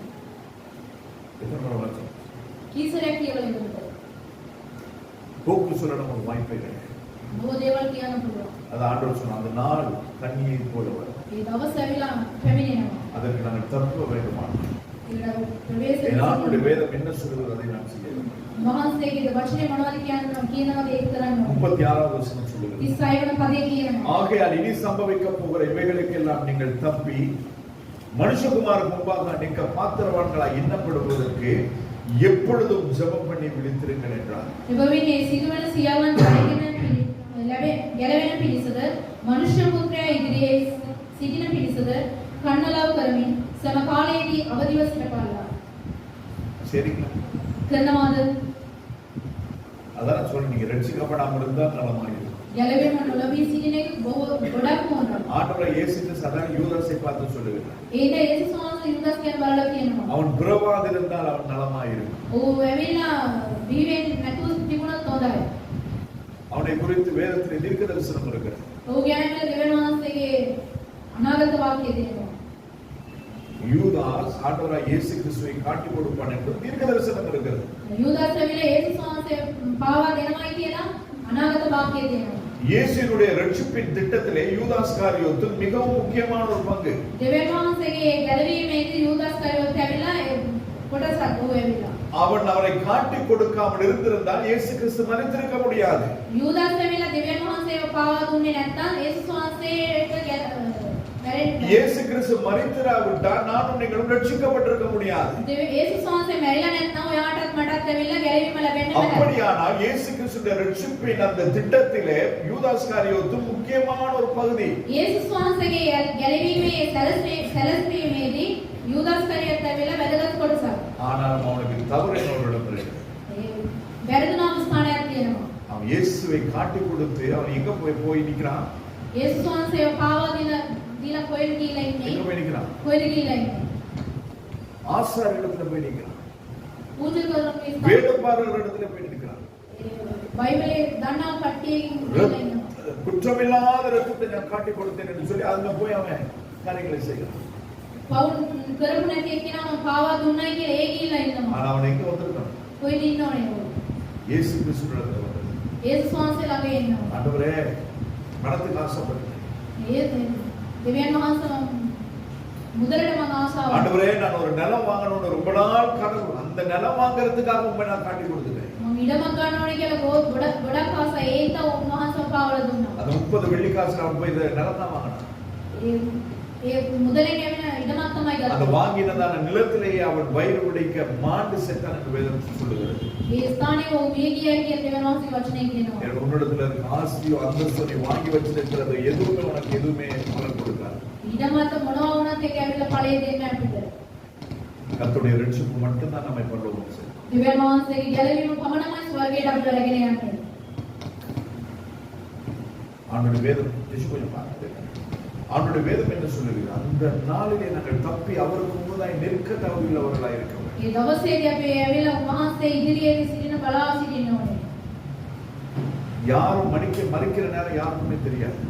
ඒ මිය යන දවස වෙලා කාටවත් දන්නේ නැහැ. ஆண்டவருடைய வருகை நேரம் யாருக்குமே தெரியாது. දෙවියන් වහන්සේගේ පැමිණීම කාටවත් දන්නේ නැහැ. எனவே தான் ஆண்டவருடைய வேதம் தெளிவாய் நமக்கு போதிக்கிறது. ඒක දෙවියන් වහන්සේගේ බයිබලය හොඳ පැහැදිලිව කියනවා. மனுஷகுமாரனுக்கு முன்பதாக நிற்க பாத்திரவான்களாக எண்ணப்படுகிறதற்கு எப்பொழுதும் ஜெபம் பண்ணி விழித்திருங்க. මේ මනුෂ්‍ය පුත්‍රයා ඉදිරියේ අපි සිටින පිරිස අපි ඇවිල්ලා අවදිව සිටින්න ඕනේ. ஆண்டவர் வரும் பொழுது அவருக்கு முன்பதாக நிற்க வேண்டும். උන්වහන්සේ එන විටදී උන්වහන්සේ ඉදිරියේ අපි සිටින්න. அப்படியே ஆண்டவருடைய வருகை தாமதிக்குமானால் අප දෙවියන් වහන්සේගේ ඊම ඇවිල්ලා ප්‍රමාද වෙනවා. ஆண்டவருடைய எக்கால சத்தம் புதப்படும் பொழுது උන්වහන්සේගේ වරණේ ශබ්දය ஆண்டவருடைய ஆரவாரத்தின் மத்தியிலே උන්වහන්සේගේ යාඥාවේ தூதர்களுடைய ஆரவாரத்தின் மத்தியிலே ඒ දූතයන්ගේ වරණේ ශබ්දය கிறிஸ்துவுக்குள் மரித்திருந்தால் கிறிஸ்துவுக்குள் நித்திரை அடைந்திருந்தால் மட்டுமே நான் முதலாவது இருந்திருக்க முடியும். ක්‍රිස්තුස් වහන්සේ තුල මරණොත් විතරයි අපිට නැගිටින්න පුළුවන් පළවෙනිම. கொஞ்சம் தலைவலி வந்தா தாங்க முடியல. ඔළුව කැක්කුමාව දරා ගන්න බෑ. புருஷேசனா தாங்க முடியல. ගෙදර මාත්‍යා බෑනොත් ඒක දරා ගන්න. மனைவி மூஞ்சி தூக்கி வச்சிருந்தா தாங்க முடியல. බිරිඳ மூணு උස්සගෙන හිටියොත් ඒක பிள்ளைகள் දරා நமக்கு ගන්න. ஏமாற்று வேலை செய்தால் தாங்க முடிகிறது. දරුවෝ මොකක් කරි කරොත් ඒකවත් දරා ගන්න බෑ. வேலைத்தலத்தில் நமக்கு எதிராக வேலை செய்தால் நம்மால அந்த வேலை செய்ய மனசு ஒத்துக்கு வர மாட்டேங்குது. වැඩපොලේ මොකක් කරි සිදු වුණොත් එතනත් වැඩ කරන්න එකක් නැහැ. இதெல்லாம் உங்களுக்கு இதெல்லாமே உங்களால தாங்க முடியறது இல்ல. මේ ඔක්කොම උඩ දරා ගන්න බෑනේ. நான் ஒரு சொல்ற ஒரு வேலை நீங்க போய் என்ன செய்வீங்களா? කියනවා ඔය කාර්යය කරනවාද? வேற என்ன சொல்ல போறான்னு தெரியலையே. මම මොනවද කියන්නමයි කියලා දන්නේ நீ නැහැ. எப்பவுமே நல்லது சொன்னது கிடையாது. අවදාවත් යහපතක් කියලා නැහැ. ஏதாவது ஏடாக்கூடமாலையா சொல்லுவான். මොකක් කරි විදියක් කියලා. தப்பி தவறி நானும் கையை தூக்கிட்டு උම්මත් අත උස්සලා. என் சிஸ்டர் சொன்னா ஒருத்தனை செய்யாது இருக்கிறது நல்லது, செய்தால் அதை செய்ய தாமதிக்காது அப்படின்னு சொன்னதை எனக்கு ஞாபகப்படுத்தினான். ඒ මුදේවත් මටම යා මතක් කරා. அதனால ஒருத்தனை பண்ணாமல் இருக்கிறது நல்லது. උනතු சரி நீங்க சொல்லுங்களேன் பார்க்கலாம். කියන්නකෝ செய்ய බලන්න. முடிந்தா செய்யலாம். කරන්න පුළුවන් නම් කරන්න. யாருமே செய்ய முடியாது. කවුරු කාටවත් කරන්නේ. யாராவது குதிக்கிற தண்ணி 90 டிகிரில இருக்கிற தண்ணி எடுத்து மேல ஊத்திக்க முடியும்? මොහොතට ආරම් එකට දාගන්න පුළුවන්ද? லூசு மாதிரி பேசுறீங்க. முதல்ல நீங்க ஊத்துவீங்களா அப்படி நான் கேக்குறீங்க. ஊத்துறேன். நான் ஊத்த மாட்டேன். මම වතරගන්නේ නැහැ. எனக்கு தெரியும் அது ஊத்துன என்ன ஆகும் தெரியும். ඒක වතරගත්තොත් මොනවද වෙන්නේ කියලා මට දන්නවා. நேற்று கொதிக்க வச்ச தண்ணியை போத்தல்ல ஊத்தி கொடுத்தாங்க 1 லட்சம். බුදු අසෝක ඇවිල්ලා වතුර ඇවිල්ලා මගේ බෝතලේ දාලා දුන්නා. அது குடிக்கிறது திறந்தார். ඒක ඇරියා බොන්නේ. நல்ல நேரமா கெட்ட நேரமா தெரியல கிரு போய் பக்கத்துல இருந்தாங்க. මේ වෙලාවේ දෙවිල කිරෝ ළඟ හිටියා. குடிப்போமா வேணாம் குடிப்போமா வேணாம் මොකද தப்பி தவறி சரி இப்படி தட்டி விட்டுட்டா என்ன ஆகும்? ඇවිල්ලා කටු කරලා மூடி வச்சுட்டாரு. ඒක බාලා තිබ්බා. அவன் நினைச்சு இதெல்லாமே பாக்குறான். කොහොමද බලන්නේ? இந்த பேருக்கு முன்னுக்கு எதுவுமே செய்யக்கூடாதுன்னு நினைப்பா எல்லாரும். මේ ඉදිරියේ කුතුන් කරන්න ඕනේ කියලා මොන්නේ කියලා සිතනවා ඇති. ஆண்டவர் சில காரியங்கள் நமக்கு அப்படியே தக்காடிட்டு இருப்பார். මොකද දේවල් පෙන්වනවා. ஏன் එයි டே குடிக்கும் போது என்ன ஆயிடுச்சு? யாவும் விட்டுட்ட என்ன ஆயிடும்? කවුරු කටු කරලා මොනවද වෙන්නේ? டென்ஷன் ஆகி அடிச்சு இவ்வளவு பிரச்சனை. இதான் இதே நாம செய்யறதுக்கு நமக்கு தைரியம் கிடையாது. මේක කරන්නත් අපිට ධෛර්යය නැහැ. ஆனா இந்த தண்ணியேக்கே நான் இவ்வளவு பயப்படுவோம்னா මේ වතුරට මෙච්චර බයයි නම් අපි. கிரு முன்னுக்கு நிக்கிறான் அவன் தண்ணியை ஊத்தி விட்டுருவான் அப்படின்னு அந்த பிள்ளைய பார்த்தே நான் பயப்படுவோம்னா එයා තට්ටු කරයි කියන්නේ බයක් තියෙනවා. வேதம் சொல்லுகிறது மனுஷகுமாரனுக்கு நிற்கிறதுக்கு முன்பதாய் நிற்க கழுகுள்ள உருவாய் මනුෂ්‍ය පුත්‍රයා ඉදිරියේ සිටින අපි බලාපොරොත්තු 2000 வருஷங்களுக்கு முன்பதாய் வந்தவர் என்னை ரட்சிக்கும்படியாய் வந்தார். අවුරුදු 2000කට කලින් ආව අවුරුදු වෙනවාස අපිට බලවන්න. இனிமேல் வரப்போகிறவர் அவர் என்னையும் உங்களையும் சேர்த்துக் கொள்ளும்படியாய் வரப்போகிறார். එන්න අවුරුදු වෙනවාස ඔබ සමාව රැගෙන சேர்த்துக் கொண்ட பின்பதாகவும் மறுபடியுமாய் வருவார். ඊට පස්සේ තුන් වහන්සේ එනවා. எதற்கு உலகத்தை நியாயம் ඊට தீர்க்கும்படியாய் පස්සේ මේ ලෝකෙ ඇවිල්ලා வினிஷேகர். විනිශ්චය කරනවා. எனவே நாம் எப்படி நின்று கொள்வது?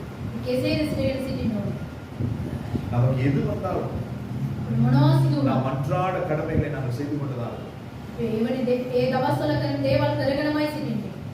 என்னைக்காவது நீங்க ஸ்கூல்ல உங்க பிள்ளைய விட்டுட்டு ஐயோ என் பிள்ளைய நான் ஸ்கூல்ல இருந்து எடுக்க மறந்துட்டேன்னு சொல்லிருக்கீங்களா யாராவது? කවදාද ඉස්කෝලේ ළමයාව දාලා ගන්න අමතකුණායි කියලා හිතුවද? யாராவது சொல்லிருக்கீங்க? කවුරුරි කියලා තියනවද? ஐயோ நான் தில்ஷாட் ஸ்கூல்ல மறந்துட்டேன் நான் கண்டு. මකට විදිහට போனே எனக்கு கூப்பிடுறதுக்கு மறந்து போயிட்டேன். யாராவது சொல்லிருக்கீங்க? කවුරුරි කියලා තියනවද? சொன்னதே கிடையாது. කවුරු කියලා නැහැ. யாரத பார்த்துட்டு எத்தனை மணி ஆகுது වෙලාව බලාගෙන සිටිනවා. பிள்ளை கூட்டிட்டு வரேன். දරුවෝ එක්කගෙන. ஆனா சர்ச்ல மீட்டிங் இருக்குது ஞாயிற்றுக்கிழமை 8:30 மணிக்கு ஆராதனை இருக்குன்னு எல்லாருக்குமே தெரியும். අටමාඩ සර්විස් එක තියෙනවා කියලා හැමෝටම. வெள்ளிக்கிழமை 5:30 மணிக்கு ஜெபம் இருக்குன்னு எல்லாருக்குமே தெரியும். සිකුරාදාට පහමාරට යාඥාව තියෙනවා. சனிக்கிழமை ஊழியம் இருக்கிறது எல்லாருக்குமே தெரியும். සෙනසුරාදාට සේවකයන්ගේ කාර්ය තියෙනවා කියලා හැමෝටම දන්නවා. முதலாவது ஞாயிற்றுக்கிழமை 9:30 மணிக்கு ஆராதனை எல்லாருக்குமே தெரியும். පළවෙනි ඉරිදා ඇවිල්ලා 9 මාරට සර්විස් එක තියෙනවා කියලා ඒකත් දන්නවා. 8:30 மணிக்கு நின்று ஐயோ நான் நினைச்சேன் 8:30 மணிக்கு இல்லையா? මම හිතුවා 8 මාරට කියලානේ. அப்ப இந்த லூஸ் நம்ம என்ன செய்ய முடியும்? පිස්සා මොනවද කරන්නේ අපි? 1ஆம் தேதி ஃபோன் பில் கட்டணும்னு உனக்கு தெரியும். පළවෙනිදා ඇවිල්ලා ෆෝන් බිල් එක ගෙවන්න ඕනේ කියලා. அப்ப 2ஆம் தேதி ஞாயிற்றுக்கிழமை மட்டும் உனக்கு தெரியாது. දෙවෙනිදා ඇවිල්ලා ඉරිදා කියලා දන්නේ නැහැ. அப்படிதானே? එහෙමනේ. அதாவது என்ன உன்னுடைய உனக்கு என்ன தேவன் உனக்கு அந்த அளவு அலட்சியமா இருக்கிறார். ඉවනවන්ත වලට එච්චරට පයි වෙලා තියෙනවා. இதுதான் நம்முடைய பிரச்சனை. ඒක තමයි අපේ ප්‍රශ්නේ. கர்த்தர் நம்மை ஆசீர்வதிக்கவில்லை. ඉවනවන්ත අපේ ආශිර්වාද கர்த்தர் කරලා நமக்கு தேவையானதை செய்யல. ඉවනවන්ත අපිට ඕන කරන දේවල් කරලා නැහැ. அவர் என்னுடைய ஜெபத்துக்கு பதில் தரல. ඉවනවන්ත මගේ යාඥාවට පිළිතුරු දීලා නැහැ. இதற்கெல்லாம் காரணம் நான் அவருக்கு முன்னாடி சரியாயில்லை. ඒකට ඇවිල්ලා කාර්යය ඇවිල්ලා අපි උන්වහන්සේ ඉදිරියේදී හරියට ඉඳලා නැහැ. ஸ்கூலுக்கு பிள்ளை அனுப்பி ஸ்கூல்ல இருந்து பிள்ளை வர வரையும் கேட் கீப்பர் மாதிரி அங்க காத்துட்டு பிள்ளை ஓடிடுவார். ඉස්කෝලේ ළමයා වල ගෙට්ටුවේම ඉඳලා ආයි දරුවා எனக்கு இந்த 2 மணி நேரம் ஆராதனையில පැය දෙක නමස්කාරයේදී அந்த அளவுக்கு மூட்டை தூக்கிட்டு இருக்காங்க. ඉතලම බර ඔස්සනේ. நீங்க ඔය ඔයගොල්ලෝ නෙමෙයි. இந்த சபைகள் මම කතා කරන நீங்க සභාවේ தங்கம். ඔයගොල්ලෝ ඔක්කොම රත්තරන්.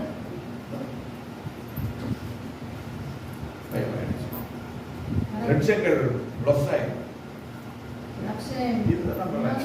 இதெல்லாம் செஞ்சுட்டு நாம ஆண்டவர்கிட்ட இதை எனக்கு செய்யலையே அப்படின்னு எப்படி செய்ய முடியும்? මේක කරේ නැහැ කියලා දෙවියන්වහන්සේට කොහොමද කියන්න පුළුවන්? வேதம் சொல்லுது ஞாயிற்றுக்கிழமை கர்த்தருடைய දෙවියන් වහන්සේගේ වචනේ කියනවා ඉරිදා ඇවිල්ලා දෙවියන් 6 වහන්සේ நாள் நீ வேலை செய். දවසක් වැඩ කරන්න. 7வது நாள் கர்த்தருடைய. අත්වෙනි දවසේ ඇවිල්ලා දෙවියන් இன்னைக்கு தான் වහන්සේ நமக்கு ஜனாதிபதியோட அப்பாயின்மெண்ட். තමයි ජනාධිපතිතුමාගේ අපොයින්ට්මන්ට් එක. 10:30க்கு அங்க இருக்கணும். 10 මාට තියෙනවා. 9:20 கிளம்பிடும். මම ඉස්සර 10:20 கிளம்பிடும். මම 10 ඉස්සර යනවා. எந்த அளவுக்கு நாங்கள் தெய்வனுக்கு කොච්චරක් දෙවියන් වහන්සේට நான் සැබෑ சொல்றதுல உங்களுக்கு என்னவோ நான் உங்களை குற்றப்படுத்துற மாதிரி இருக்கும். ඔයගොල්ලෝ ඇවිල්ලා உங்களோட எனக்கு எந்த விதமான பிரச்சனையும் கிடையாது. ඔයගොල්ලෝ සමග කිසිම ප්‍රශ්නයක් නැහැ මට. இதெல்லாம் நான் உங்களுக்கு சொல்றேன்னா எனக்கு பிரச்சனை. මේ ඔක්කොම මම ඔයගොල්ලන්ට කිව්වේ නැත්නම් මට ප්‍රශ්නයක්. එයාට ගණන් දෙන්න තියෙනවා. ஏனென்றால் உங்கள் ஒவ்வொருவருக்காயும் ஜீவனை கொடுத்தது ஆண்டவராய் இயேசு கிறிஸ்து. අපි හැමෝටම ජීවිතේම දුන්නේ අපේ යේසුස් වහන්සේ. இந்த சபையிலே உங்களை ஒரு நோக்கத்தோடு கூட கர்த்தர் சேர்த்து வைத்திருக்கிறார். මේ සමාවේ උන්වහන්සේගේ අරමුණු දෙසා උන්වහන්සේ රැස් කළා තියෙනවා. ஆடுறதுக்கு பாடுறதுக்கு கொண்டாடுறதுக்கு கிடையாது. නටන්නයි ගයන්නයි ඒකට නෙමෙයි. அதெல்லாம் இருக்கிறது. ඒ ඔක්කොම තියෙනවා. அப்பா வீட்டில் எப்போதும் சந்தோஷமே ஆடலும் பாடலும் அங்குதானே. இங்கதான் මේ ස්ථානේ තමයි තියෙන්නේ. அப்பா வீட்டுல வந்தா அந்த சந்தோஷம். තාත්තගේ නිවෙසේ තමයි ඔක්කොම ஆனால் තියෙන්නේ. அதே நேரத்தில் ඒ වගේම என் ஆண்டவர் நீதியுள்ள நீதியாக උන්වහන්සේ ධර්මිෂ්ඨකමේ දෙවියන් ஒரு වහන්සේ. எரிச்சலுள்ள தேவனாய் උන්වහන්සේ ඇවිල්ලා எனவே உங்கள் ஒருவரையும் கர்த்தர் இழந்து போவதற்கு அவர் ஆயத்தமாயில்லை. පාවවත් විනාශ නොවන එක උන්වහන්සේගේ කැමැත්තක් නෙමෙයි. ஆனால் நாமோ அவரை எதற்காகவும் இழக்க ஆயத்தமாயிருக்கிறோம். උන්වහන්සේව මොනවා දේවල් වලට වුණත් අපි නැති කරගන්න ලෑස්ති. அது தம்சை பள்ளியிலே அன்னைக்கு இன்னமா මේ සබගේ போவேன் அப்படியே இருந்தது. யார் சொன்னா? කවුද කිව්වේ? புரிஞ்சுட்டு வா. මාත්‍ය කිව්වා. கல்லானாலும் புருஷன் புல்லானாலும் ගලක් වුණත් පුරුෂයා තමයි. கல்லானாலும் கணவன் புல்லானாலும் புருஷன். அதனால புருஷன் சொல்லிட்டாரு, அதனால இன்னைக்கு போறது. ඒක තමයි මම යන්නේ. போன புருஷன் திரும்பி வரல. ගියේ කෙනා ආවේ නැහැ. எங்க போன நேரத்தை எவனோ சுட்டுட்டா போயிட்டான். කවුද පිටිපව ගියා. இன்னைக்கு யாருக்கு கஷ்டம்? කාටද? ஐயோ யாரப்படிக்கு இலக்கியானே ஆளது ஏன் சேர்ந்து போயிருந்திருக்கலாம் தானே. 2 பேரும் சேர்ந்து கை போத்துக்கிட்டே மேகத்தின் நடுவில் அப்படியே போயிருந்திருக்கலாம். දෙන්නම ඇවිල්ලා එහෙම අත්අල්ලගෙන යනවා. அம்மாளுக்கு எதிரே அன்னை பாக்கி என்ன மங்கானே අම්මා வீட்டுக்கு போவேன்னு சொல்லுங்க நான் போக மாட்டேன். மங்க நந்த பலண்ட அன்னை பாக்கி என்ன மங்கானே மாமியார் பார்க்க போக வேணாம்னு சொல்லுங்க நான் போக அப்ப மாட்டேன். சபாவுடைய அன்னை பாக்கி இலக்கியான பாப்பமையா சபைக்கு போக வேணாம்னு சொல்ல வேணா நான் கண்டிப்பா போவேன். உன் புருஷனும் பாதுகாப்பா இருந்திருப்பாரு. மாத்தியார் நீங்களும் விதவையாக அவனுக்கு ඔයත් ඇවිල්ලා හොඳට ඉන්නවා. இதெல்லாம் நாம செய்யற சின்ன சின்ன தவறு. ඉතින් අපි කරනවා පොඩි පොඩි වැරදි. அதனால ஆண்டவர் சொல்லுங்க ඒක තමයි දෙවියන් වහන්සේ கவனமா කියන්නේ. இருக்கு. ප්‍රවේශමෙන් ඉන්න. லூக்கா 8வது அதிகாரம் 14வது வசனத்தை நாம் பார்க்கிறோம். ලූක් ඇවිල්ලා 8 වන පරිච්ඡේදයේ 14 වන පදේ බලනවා. லூக்கா 8:14. ලූක් 8:14. முள்ளுள்ள இடங்களில் விதைக்கப்பட்டவர்கள் வசனத்தை கேட்கிறவர்களாக இருக்கிறார்கள். கேட்டவுடனே போய் பிரபஞ்சத்துக்குரிய கவலைகளினாலும் ஐஸ்வர்யத்தினாலும் சிற்றின்பங்களினாலும் நெருக்கப்பட்டு பலன்படாது இருக்கிறார்கள். விதைக்கிறவர்களுடைய ஊமையை குறித்து நாங்கள் 8வது அதிகாரத்தில் பார்க்க முடியும். 8 වන පරිච්ඡේදයේ ඇවිල්ලා වපුරණාගේ උපමාව ගැන බලනවා. அந்த ஊமைகளை கர்த்தர் ஊமைகளாய் ஜனங்களோடு கூட பேசுகிறார். ඒ උපමාව වගේම දෙවියන් වහන්සේ ජනතාව මැදදී කතා කරනවා. அதற்கு பின்பதாக சீஷர்கள் வந்து ஆண்டவரிடத்தில் கேட்கிறாங்க, ஆண்டவரே நீ சொன்னீரே எங்களுக்கு புரியல, கொஞ்சம் விளங்கப்படுத்தும். ඊට පස්සේ ගෝලයා ඇවිල්ලා යේසුස් වහන්සේ දෙස බලලා කියනවා ඒක තේරුනේ නැහැ ඒක අපිට තේරුම් කරන්න කියලා. அப்ப ஆண்டவர் சொல்றார், එතකොට එවිටදී දෙවියන් වහන්සේ කියනවා விதை தேவனுடைய வசனம். දෙවියන් වහන්සේගේ වචනේ තමයි බීජය. 8வது அதிகாரம் 16வது வசனத்தை நாங்கள் பார்க்கிறோம். 8:14 අපි බලනවා. வழி அருகே விதைக்கப்பட்டவர்களை குறித்து 12வது வசனத்தை பார்க்கிறோம். 12 පදේදී අපි බලනවා திருப்பி வைத்திருக்கிறவர்கள் துரிதமாய் சத்தமாய் தெளிவாய் வாசியுங்கள். රෝගත් කටි මට කියනවා. லூக்கா 8:12. ලූක් 8:12. வழியருகே விதைக்கப்பட்டவர்கள் வசனத்தை கேட்கிறவர்களாய் இருக்கிறார்கள். அவர்கள் விசுவாசித்து ரட்சிக்கப்படாதபடிக்கு பிசாசவன் வந்து அதுக்கு பிறகு முதலாவது என்ன செய்து அது கேட்டு பலன் கொடுக்க முடியாதபடிக்கு பிசாசானவன் என்ன செய்கிறானா, வசனத்தை எடுத்து போடுகிறான். යක්ෂයා ඇවිල්ලා ඒ වචනේ අරන් දානවා. யார் பிசாசு? කවුද යක්ෂයා? இந்த வசனத்தை உங்கள் இருதயத்திலிருந்து எடுத்துக்கொள்ற பிசாசு யாரு? මේ වචනේ ඇවිල්ලා ඔයගොල්ලන්ගේ හදවතින් අරන් දාන යක්ෂයා කවුද? பூம்பு வச்சு பல்லு ரெண்டு நீட்டமா வச்சு வாளோட මන් දෙකක් තියාගෙන දට්ටියක් එළියට දාගෙන பண்ணதுரேன்னு யாராவது வந்து எடுத்து போறாங்களா? කලුවට කලු කවුරු කැවිලා අරන් දානවද? யாருமே கிடையாது. කවුරුත් නැහැ. ஒண்ணு நீங்களா எடுத்து போடணும், එකක් අපිම இல்ல உங்க புருஷன் எடுத்து போடணும், ඊට පස්සේ இல்ல உங்க ඇවිල්ලා பிள்ளை எடுத்து போடணும், දරුවන් இல்ல உங்க மாமா மாமியார் எடுத்து போடணும், නැන්ද මාමා இல்ல කවුරුද? உங்க அம்மா அப்பா எடுத்து போடணும், ඊට පස්සේ අම්මා இல்ல உங்க තාත්තා நாத்தனார் யாராவது எடுத்து වෙන போடணும், කවුරුරේ இல்ல உங்க ஃப்ரெண்ட்ஸ் எடுத்து போடணும். ඊට පස්සේ இவங்க தான் எடுத்து போடணும். මේවැනි කට්ටිය තමයි අරන් දාන්න. கேட்டு விசுவாசிக்க நினைக்கிறோம். මම ඇවිල්ලා ඒ කාල විශ්වාස කරනවානේ. அண்ணே அப்ப நீ இதுதான்யா පරවයිලා அடுத்த ஞாயிற்றுக்கிழமை போலாம். அது அப்படி அதை வித்தரே பிஎம்ஐ சிஹெச்க்கு டிஎன்ஏ அது மேயா இன்னைக்கு மட்டும் தான் மேம்சிஹெச்ல இருக்கு. இன்னைக்கு மட்டும் போயிடுவோம்.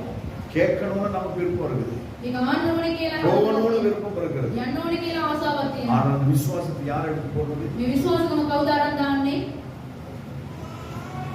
இதுதான் நம்முடைய நிலை. මේක තමයි අපේ තත්ත්වය. நமக்கே புரியாம நாம சில காரியங்களை செய்து கொண்டிருக்கிறோம். අපිටම දන්නේ නැතුව බොහෝ දේවල් කරනවා. 13வது வசனம். 13 වන පදය. கற்பாறையின் மேல் விதைக்கப்பட்டவர்கள் கேட்கும்போது சந்தோஷத்துடனே வசனத்தை ஏற்றுக்கொள்கிறார்கள். நாம் கேட்கும் போது மண்டை ஆட்டி ஆட்டி ஏற்றுக்கொள்றது வசனம். ඒ ආහනකොටද ඔළුව නමනම අහනවා. பாஸ்டர் நானும் உங்களை பார்த்து ஐயோ என் பிள்ளை நல்லா கேக்குதையா, உற்சாகமா கேக்குதையா, இன்னும் பேசுவோம்னு டைம் போறதே தெரியாம பேசிட்டு இருக்கிறது. වෙලාව යන්නේ නැති මේ මිනිස හොඳට ආගන්නවනේ ஆனா කියලා. மண்டையாட்டி என்ன தெரியுமா சொல்லுது? சீக்கிரம் முடியா டைம் போயிட்டு இருக்குது. වෙලාව යනවා ඉක්මනට ඉවර කරන්න.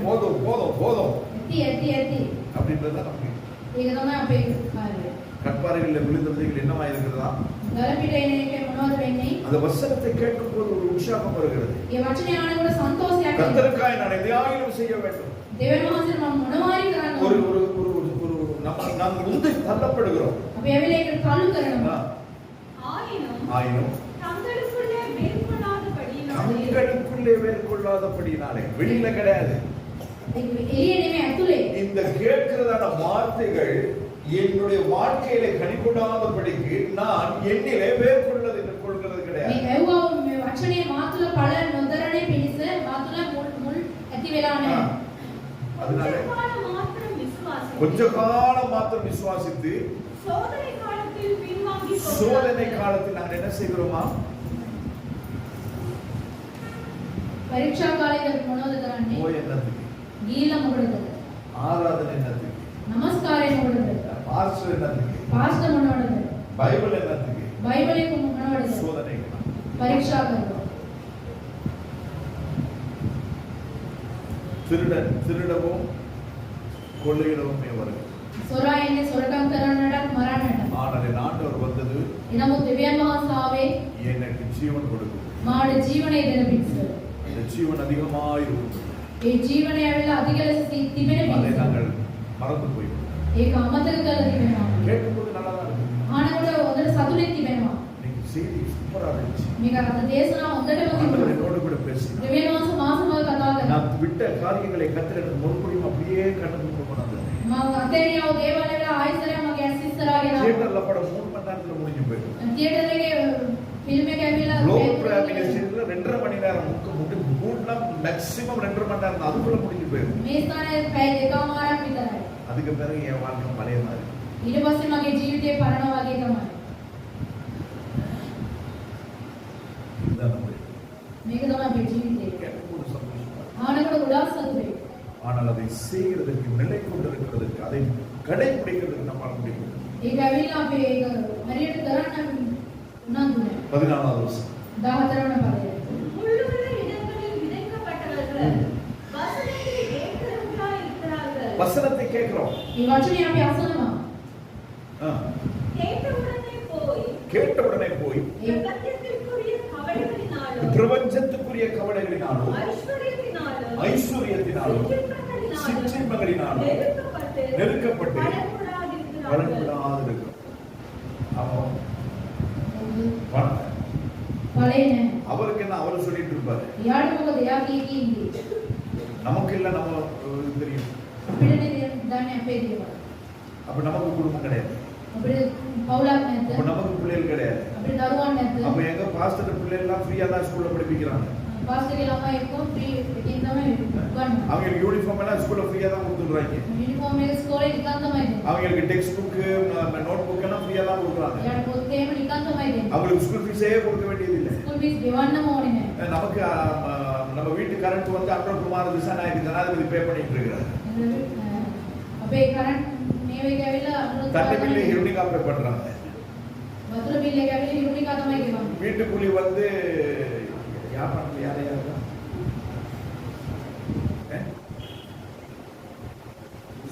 பூசணம் பேர் யார் பண்றது மந்திரி இருக்காரு யார்? அர்ஜுனன். எங்க வீட்டு வாடகை வந்து அர்ஜுனன் பே பண்றாரு. ඉදිරි කුලිය ඇවිල්ලා அதனால அவருக்கு என்ன ஆகும்? அவருக்கு என்ன? යාට මොකද? அப்படியே එහෙමද? உங்களுக்கு இருக்கிற அதே பிரச்சனையே எனக்கு. යාට තියෙන මේ ප්‍රශ්නේම මටත් තියෙනවා. உங்களுக்கு ஒரு குடும்பம் தான் இருக்குது. ඔයාලන්ට පවුල් එකයි. எங்களுக்கு 20 குடும்பம் இருக்கு. මට පවුල් 20ක් තියෙනවා. 20 குடும்பம். නෑ. சொல்ல வேண்டியது කිව්වෙම නෑනේ. நீங்க எல்லாமே எங்க குடும்பம். ඒගොල්ලෝ හැමෝම அப்ப உங்களுக்குள்ள ஒவ்வொரு பிரச்சனையும் அது எங்களுடைய பிரச்சனை. ඒගොල්ලන්ගේ එක හැම ප්‍රශ්නයක්ම මගේ ප්‍රශ්න. உங்களுக்கு இருக்கிற ஒவ்வொரு தேவைகளும் எங்களுடைய தேவை. ඒගොල්ලන්ගේ අවශ්‍යතාවය අපේ අවශ්‍යතාවය. எங்களால் உங்களுக்கு உதவ முடியலையேன்றது நாங்க இவ்வளவு நேரம் நானும் என் மனைவி பேசியிருக்கிறோன்றது கர்த்தருக்கு மட்டும் தான் தெரியும்.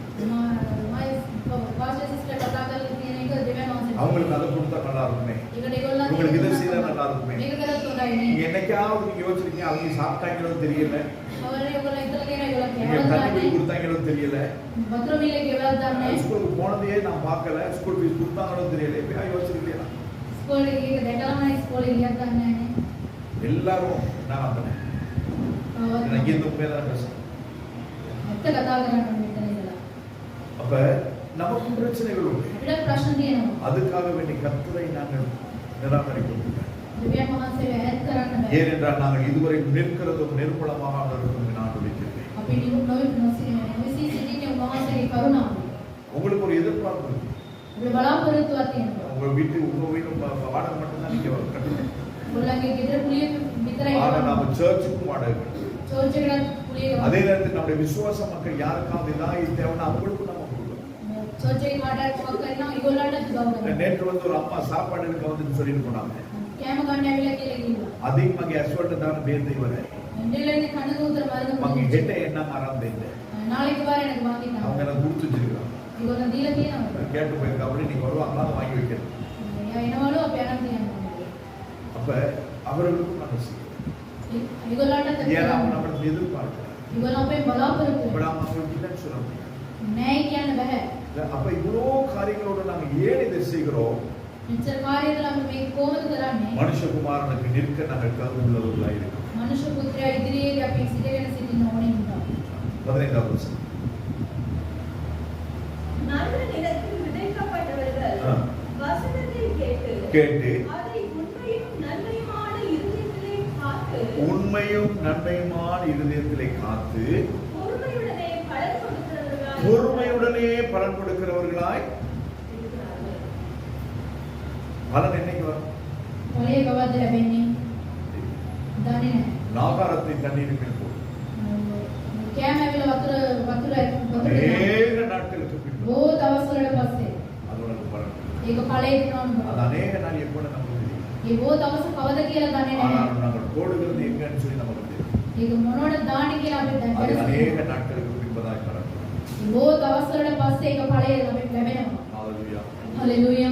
கர்த்தர் சொன்ன அத்தனை காரியங்களும் நம்முடைய கண்களுக்கு முன்பதாய் நடக்கும்.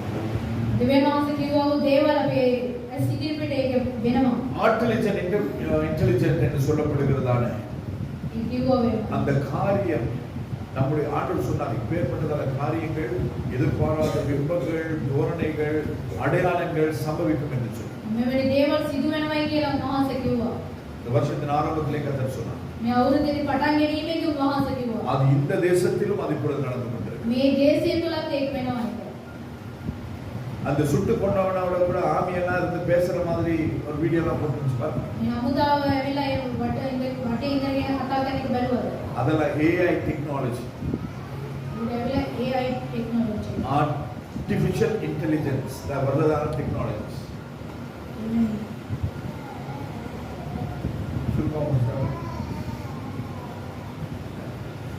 நான் உங்களுக்கு ஏற்கனவே நான் சொல்லியிருக்கிறேன். මම ඔයගොල්ලන්ට කියලා දෙනවා. உங்க படங்க உங்க பிள்ளைகளுடைய படங்கள் எதையுமே போடாதீங்க. ෆොටෝස් දාන්න එපා. அவனை வச்சு இதெல்லாம் செய்து அதாவது அந்த கொமாண்டோ சொல்ல அவனோட கை கோத்து பேசுற மாதிரி செஞ்சிருக்கலாம். මොණ්ඩ ඇවිල්ලා ඔය එක්ක කතා කරන මිනිස්සු කරලා இந்த தேசத்திலே விருது வாங்கினவர் அதை குறித்து அவர் சொல்ல அவர் வீடியோ போட்டிருந்தான். நியூஸ்ல காட்டினான். නිවුස් එකෙන් පෙන්නලා තියෙන මෙවැනි දේවල්. அதாவது அந்த ஏஐல போயிட்டு நாம இப்பேற்பட்டதான காரியங்கள் வேண்டும் என்று நான் கிளிக் பண்ணா அதை கேட்டுதான நாங்க அந்த இதுகளை செய்யக்கூடிய மாதிரி அந்த தன்மைகள் அதில் உருவாகும். ඒ AI එකේ ගිහලා ක්ලික් කරොත් ඒ එවැනි දේවල් සිදු වෙනවා. அதனால கவனமா இருங்க. ප්‍රවේශමෙන් ඉන්න. ஆண்டவருடைய வருகை மிகவும் சமீபமா இருக்கு. දෙවියන් වහන්සේගේ පැමිණීම ඉතා ළඟ තිබෙනවා. 1 தெசலோனிக்கர் 5:6 சொல்லுகிறவனா. 1 தெசலோனிක 5:6 කියනවා. ஆகையால் மற்றவர்கள் தூங்குவது போல நாம் தூங்காமல் விழித்துக் கொண்டு தெளிந்தவர்களாய் இருக்க கடவோம் என்ற வார்த்தையின்படி. අන්න අය විදිහට පිළිස අපි නිදාන්න නැතුව අපි ඇවිල්ලා අවදිව සිටින්න ඕනේ කියලා. அப்படியே ஏனோ தானோ என்று இதை விட்டு கூடாது. ඕනාවට එපාවට නෙමෙයි. தயவு செய்து කරුණා කරලා நான் உங்களிடத்தில் கேட்டுக்கொள்கிற ஒரே ஒரு காரியம். මොගොල්ලන්ගේ ඉල්ලන එකම දෙයක්. கர்த்தரை தேடுங்க. දෙවියන් වහන්සේව සොයන්න. விழித்திருந்து சொல்லுங்க. නැගිට සිට යාඥා போன කරනවා. வாரத்திலே கர்த்தர் பேசினார். දෙවියන් වහන්සේ ගිය සතියේදී කතා எல்லா කළා. சீஷர்களையும் தெரிந்தெடுத்து அதிலும் 3 பேரோடு கூட ஜெபிக்கும்படியாக அவர் கடந்து போகிறார். සිත් ගෝලේ හැමදේම රැස් කරලා ඊට පස්සේ 3 දෙනෙක්ව ගත්තා. 8 பேரை அங்க இருக்க சொல்லிட்டு 3 பேரை கூட்டிட்டு போறார். 8 දෙනෙක්ව තියලා 3 දෙනෙක්ව එක් කරගෙන යනවා.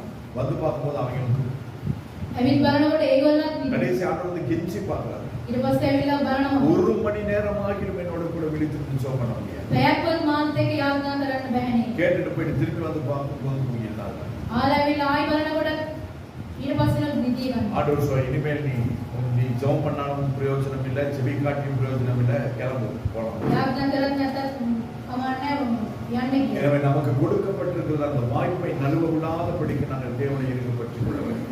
ඒ කාර්යය ඇවිල්ලා අපි රැගෙන යන පිටිසේ ඒක බදාගෙන ඉන්නවා. நமக்கு அது இல்லை இது இல்லை இதனால காரணங்களை சொல்லி நாங்கள் கர்த்தரை பின்பதாய் போட முடியாது. මේක නෑ මේක නෑ කියලා කාර්යය කියලා දෙවියන් වහන්සේව පිටිපස්සට දාන්න බෑ. நமக்கு குடும்பத்தை கொடுத்தவர் கர்த்தர். පවුල දුන්නේ දෙවියන් වහන්සේ. நமக்கு பிள்ளைகளை கொடுத்தவர் கர்த்தர். දරුවන් දුන්නේ දෙවියන් வහන්සේ. நமக்கு வேலையை படிக்க தேவையான ஞானத்தை பலனை கொடுக்கிறவர் கர்த்தர். ඉගෙනීම දුන්නේ රස්සාව දුන්නේ දෙවියන් ஏன் වහන්සේ. இந்த ஊழியத்தை செய்கிறதற்கு என்னை தகுதிப்படுத்தினவர் கர்த்தர். මේ සේවය කරන්නත් උන්වහන්සේ තමයි அப்ப ஊழியம் செய்கிறேன் என்று சொல்லி காலையில கிளம்பி சாயந்தரம் வர்றதுக்கு முடியாது. මෙවැනි කාර්යයක් අපිට කරන්න බෑ. தேவ சமூகத்தில் அமர்ந்திருக்கு. දෙවියන් වහන්සේගේ පාමුල අපිට වාඩි වී සිටිනවා. දෙවියන් වහන්සේ සමග இது සිටිනවා. கடைசி காலம். මේක අන්තිම කාලය. கர்த்தருடைய வருகை மிகவும் சமீபமாக දෙවියන් இருக்கிறது. වහන්සේගේ පැමිණීම ඉතා ළඟ තිබෙනවා.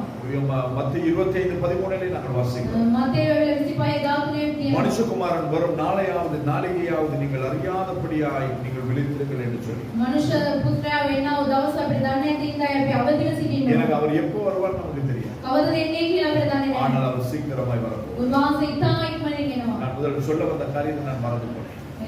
කියනවා කාර්යය அதாவது யூத கணக்கின்படி යුද ඉදේවරුන්ගේ தானியேலுடைய புத்தகமும் வெளிப்படுத்தின புத்தகமும் வைத்து ஒப்பிட்டு நாங்கள் பார்க்கும் பொழுது දානියල් සහ ඒ එලිදරව් පොත අපි සසඳලා බලන විටදී அந்த 70 வாரங்கள் මාස 69 வாரங்கள் அந்த கணக்கு எல்லாம் அந்த 2030வது வருஷத்தோடு கூட முடிவுக்கு வருகிறது என்று சொல்லி அநேக வேத பண்டிதர்கள் சொல்லி இருக்கிறார்கள். බොහෝ කියලා තියෙනවා ඒක නිම වෙනවයි කියලා. இப்ப කවද්ද 2030 2030 அது எனக்கும் தெரியாது. මටත් දන්නේ නැහැ. நேற்றைய தினத்தில் அதை நான் கற்றுக்கொண்டேன். ඊයේ දවසේ මම ඒකත් 2030 ஆண்டவர் வருவார் என்றதை நான் சொல்ல வரவில்லை. 2030 උන්වහන්සේ එනවයි කියලා මම කියන්නේ. அந்த நாளும் நாளிகையும் யாருக்கும் தெரியாது. ඒ දවස සහ ඒ වේලාව කාටවත් දන්නේ නැහැ. அந்த கணக்கு முடிகிறது. ඒක ඒ ගණන් දීම ඉවර වෙනවා. 400 வருஷங்கள் எகிப்திலே அடிமையாக இருந்தார்கள். මිස්ර වරුන් ඇවිල්ලා ඒක බහලුන් නැටියට හිටියා. அதுக்கு பின்புதான் அவர்கள் விடுதலையாக்கப்பட்டார்கள். ඊට පස්සේ ඒගොල්ලන් ගැලවුණා. 70 வருஷங்கள். අවුරුදු இப்படி 60 அநேக கணக்குகளை நாங்கள் வேதத்திலே பார்க்க முடியும். ගණන් ඇවිල්ලා බොහෝ දේවල් අපි බලනවා. உங்கள் பிள்ளைகளை படிக்க வைக்க தப்பு கிடையாது. දරුවන් ඉගෙන ගන්න දෙන්න කමන්නේ. நீங்க செய்கிற காரியங்கள் அத்தனையும் செய்துட்டு இருங்க. උගලන් කරන දේවල් හැම දෙයක්ම කරන්න. பாஸ்டர் சொல்றாரு ஆண்டவர் வர்றாரா நீ அதனால நான் சமைக்க போறது இல்ல அப்படி இருக்கேன். පාස්ටර් කිව්වා දෙවියන් වහන්සේ එනවයි කියලා මම උයන්නේ නැහැ කියලා ඉන්නවා. அது ஆண்டவர் வரவனையும் சாப்பிடுங்க. දෙවියන් වහන්සේ ඉඳත් ඒක ඔයගොල්ලෝ ஆண்டவர் ஒருவரையும் அழகாய் உடுத்திருக்கு. දෙවියන් වහන්සේ එනතෙක් ලස්සනට අදිනවා. அன்றாடம் நாங்கள் செய்கிற ஒவ்வொரு காரியங்களையும் நீங்கள் தவறாமல் செய்து வாருங்கள். දවසේදී කරනව දේවල් ඇවිල්ලා සියලු දේ කරන්න. ஆனால் இவைகளுக்கு மத்தியிலே මේ සෑම දෙයකම මැදදී ஆண்டவர் வருவார் என்பதை உங்கள் சிந்தையிலே பதிவு. දෙවියන් වහන්සේ එනමයි කියන ඒ සිතේ අදවද තියෙනවා. நீங்க கறிக்கு உப்பு போடும் பொழுதும் வரணும். ලුණු දානකට ඔද්දට ලුණු දානකට படுத்து தூங்கும் பொழுதும் வரணும். ඉදිය කරනකොට තුමාසේ ஆராதிக்கும் பொழுதும் வரணும். නමස්කාර කරනකොට நீங்க එනවා. வேலைக்கு போகும் பொழுதும் வரணும். වැඩට යනකොට එනවා. எப்பொழுது வேண்டுமானாலும் ஆண்டவருடைய வருகை කොයි செய்யுங்கள். වෙලාවෙම තුමාසේ එන්න පුළුවන්. அவருக்கு முன்பதாய் நாம் நெருக்கத்தக்கதாக උන්වහන්සේ ඉදිරියේ අපි සිටගෙන සිටින පිණිස விழித்திருந்து ஜெபிக்க வேண்டும். අපි අවදිව සිට යාඥා කරනවා. எல்லாத்துக்கும் டைம் கொடுக்கும். හැම දේවටම වෙලාව තියෙනවා. எல்லாத்துக்கும் டைம் கொடுக்கும். හැමෝටම වෙලාව තියෙනවා. ஸ்கூலுக்கு டைம் கொடுக்கிறோம். ස්කූල් එකට තියෙනවා. வேலைக்கு டைம் கொடுக்கிறோம். රස්සාවට තියෙනවා. ஃப்ரெண்ட்ஸை பார்க்க டைம் கொடுக்கிறோம். යාළුවෝ බලන්න තියෙනවා. உறவுகளை சந்திக்க டைம் கொடுக்கிறோம். නෑදේ කට්ටිය බලන්න වෙලාව තියෙනවා. மணிக்கணக்காய் ஃபேஸ்புக் பார்க்கிறோம், யூடியூப் பார்க்கிறோம், வாட்ஸ்அப் பார்க்கிறோம். இப்போ இன்னொன்று ஸ்னாப்சாட் வந்திருக்கு. මෙවැනි දේවල් Facebook එවැනි දේවල් බලනවා. இதெல்லாம் இல்லாம உங்களுக்கு வாழ முடியாதா? මේවා නැත්තම් ජීවත් වෙන්න බැරිද? இதற்கெல்லாம் நேரத்தை கொடுக்காது. මේ ඔක්කොම වෙලාව දෙන්න එපා. தயவு செய்து நான் சொல்றேன். කරුණාකරලා මම කියනවා. பாருங்க, தப்பு கிடையாது. ඒක බලන්න වැරද්දක් නෙමෙයි. මේ ඔක්කොම හොඳයි. முன்ன கடிதம் போட்டுட்டு கடிதத்துக்கு பதில் வரவனே நாங்கள் எதிர்பார்த்து நாட்கள் உண்டு. ලියුමක් දාලා ලියුමට පිළිතුර එනකම් බලා සිටිනවා. அம்மா அப்பாவை போய் பார்த்த நாட்கள் உண்டு. දෙමව්පියන් බලපු දවස් තියෙනවා. இப்போ வீடியோ கால் எடுத்தா எங்க காட்டுங்க பார்ப்போம். වීඩියෝ කෝල් එක බලලා පෙන්නන්නකෝ. இப்படி தட்டு தட்டி பின்னுக்கு காட்டுவாங்க. ඊට පස්සේ ඔබලා පිටිපස්සේ அப்ப பின்னுக்குள்ள எல்லாத்தையும் මෙන්න මේ ඉන්නේ කියලා වෙනවා. முன்ன வந்து இப்ப வந்து மையத்துக்கும் மண்ணு அங்க இருந்தே போடுறாங்க. லண்டன்ல இருந்தே மண்ணு போடுறாங்க. මණ්ඩන් එකේ ඉඳලා දානවා. முன்னொரு சாவு வீடு நடந்துச்சுன்னா அந்த கிராமமே சூழ்ந்துடும். මලයක් වෙලා නැහැ ආවට ඉන්න இன்னைக்கு කට්ටිය. ஒரு தெருவுல 2 மரண வீடு இருக்குது. මලගෙවල් දෙකක් තියෙනවා. யாரு இருக்கு? කවුද ඉන්නේ? முன்னாடி சொன்னா செத்த வீடு சொன்னா ராத்திரியில போய் தூக்க முடிக்கிறதுக்குனே ஒரு கூட்டம் இருக்கும். මලයක් නම් රාත්‍රී මුළුල්ලේ මේ பால் கொண்டு ස්ථානේ கொடுப்போம், என்னது பிஸ்கட் கொண்டு கொடுப்போம், கோபி ஊத்தி கொண்டு கொடுப்போம். இப்ப செத்துட்டா அந்த பக்கமே போறது கிடையாது. පාන් දෙනවා බිස්කට් දෙනවා ඔක්කොම දෙනවා මැරුණාන් පස්සේ ඒක පැත්ත ஏனென்றால் බලන්න. அந்த அளவுக்கு கடைசி நாட்களில் அன்பானது தணிந்து போகும் என்ற வார்த்தை நிறைவேறிக் கொண்டிருக்கிறது. ප්‍රේමේ නීනවි යනවායි කියලා දෙවියන් වහන්සේගේ වචනේ කියනවා. அம்மா சாப்பிட்டாங்களா இல்லையான்னு கூட பிள்ளைகள் கேட்கறது கிடையாது. අම්මා කෑවද නැද්ද කියලාවත් තමයි. பிள்ளைகள் சுகமாய் இருக்கிறார்களா என்று சொல்லி பெற்றோர்கள் பார்க்கிறது கிடையாது, ஜெபிக்கிறது கிடையாது. දරුවෝ හොඳට ඉන්නවද කියලාවත් යාඥා කරන්නේත් නැහැ බලන්නේවත් නැහැ. இதெல்லாம் ஆண்டவருடைய இருதயத்தின் வேதனைகளை நான் உங்களோடு கூட பேசிக் கொண்டிருக்கிறேன். දෙවියන් වහන්සේගේ අදවතේ තිබෙනා ওই කැක්කුම ඒ ஆண்டவர் எனக்கு මාසාවේ என்னத்தை பேசினாலும் அதையே நான் உங்களோடு கூட பேசிக் கொண்டிருக்கிறேன். දෙවියන් වහන්සේ මාසම මොනවද කතා කරේ ඒක මම ඔයගොල්ලෝ සමග කතා எனவே කරනවා. தயவு செய்து කරුණාව කරලා ஆண்டவரை தேடு. දෙවියන් වහන්සේ හොයන්න. இதுக்கு பிறகு உங்களுக்கு வாய்ப்பே கிடைக்காது. ඊට පස්සේ ඔයගොල්ලන්ට அதுக்கு பிறகு உங்களுடைய பிள்ளைக்காய் நீங்கள் அழுகிறது பிரயோஜனம் கிடையாது. දරුවෝ උදෙසා අඬන එක ඇවිල්ලා කිසිම පළක් නැහැ. அப்பா ஒரு 2 பிள்ளைங்க வெளியில போனாங்க, පියාසත් දරුවන් දෙන්නා. திரும்பி வரல. ආය ආවේ නැහැ. இது மாதிரி அநேக காரியங்கள் நடந்து கொண்டிருக்கு. බොහෝ දේවල් සිදු වෙනවා. எனவே தயவு செய்து කරුණාව කරලා. இன்னும் ஒரு காரியத்தை கர்த்தர் சொன்னார், அந்த காரியத்தை சொல்லி நான் முடிக்க விரும்புகிறேன். තවත් දෙයක් දෙවියන් වහන්සේ කිව්වා. என் புருஷன் மாதிரி நல்லவர் யாருமே உலகத்திலேயே யாரும் கிடையாது. මගේ ස්වාමි පුරුෂයා වගේ කෙනෙක් කවුරුත්ම නැහැ මේ ලෝකේ. என் மனைவி மாதிரி நல்லவர் உலகத்திலேயே கிடையாது. මගේ බිරිඳ වගේ හොඳ කෙනෙක් මේ ලෝකේම නැහැ. என் பிள்ளைகள் மாதிரி கீழ்ப்படுகிற பிள்ளைகள், கேட்டு நடக்கிற பிள்ளைகள், நான் நினைக்கிறது செய்யற பிள்ளைகள் உலகத்திலேயே கிடையாது. මගේ දරුවන් වගේ මගේ කාර්යාවල ඉන්න කට්ටිය කවුරුත්ම මහාල නැහැ. ஏன் எங்க பாஸ்டர் மாதிரி யாருமே கிடையாது. මගේ පාස්ටර් වගේ කවුරුත්ම නැහැ.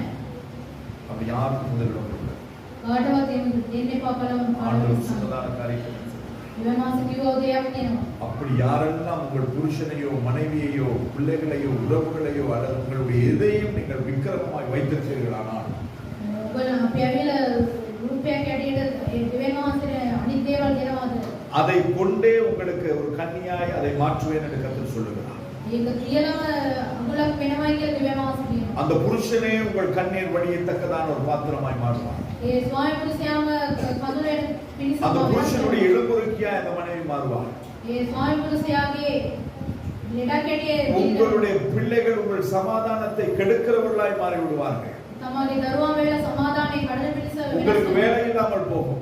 රස්සාව නැති වෙනවා. உங்களுடைய பிள்ளைக்கு பாடசாலையில பிரச்சனைகள் வரும். තමගේ දරුවන්ට ඇවිල්ලා ස්කූල් වල இப்பேற்பட்ட காரியங்கள் வரும். கர்த்தருக்கு நீங்கள் முதலிடத்தை கொடுக்காத பட்சத்தில் දෙවියන් වහන්සේට මුල් තැන අපි දෙන්නේ නැත්නම් ඒ கர்த்தர் சொன்னதை நான் உங்களுக்கு 3 நாட்களாய் கர்த்தர் தொடர்ச்சியாய் சொல்லுவதை நான் உங்களுக்கு சொல்லிக் கொண்டிருக்கிறேன்.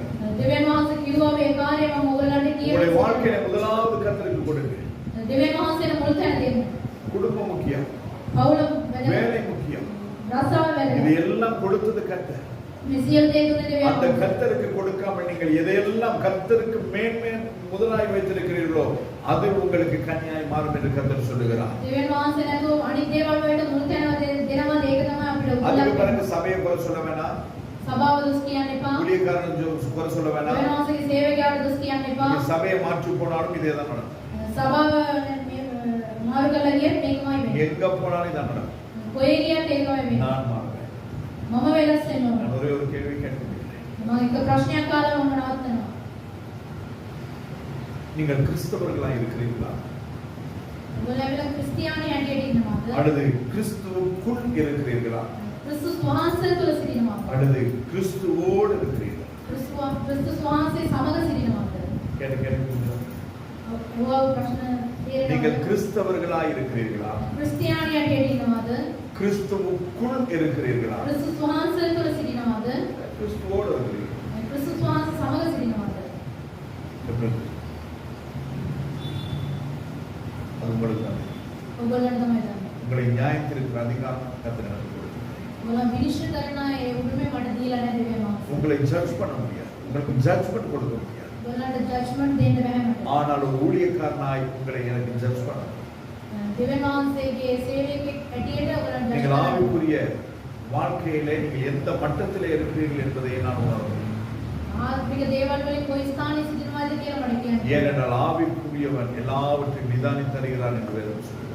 ආත්මික දරුවා විල ඔක්කොම සෝදිසි කළ බලනවයි කියලා. அதுவும் நான் கர்த்தர் உங்களை என்னை உங்களுக்கு ஆவிக்குரிய தகப்பனாய் வைத்திருக்கிறேன். ආත්මික ප්‍රියෙක් ඇටියට කියලා තියෙනවා. அப்ப பிள்ளைகளை குறித்து எனக்கு தெரியலன்னு சொன்னா நான் அப்பாவுக்கு நான் கணக்கு கொடுக்கணும். දරුවා කියන දන්නේ නැත්නම් පියාණන් වහන්සේට මම ගණන් කිය යුතුයි. நீங்கள் போகிற பாதை எனக்கு தெரியும்.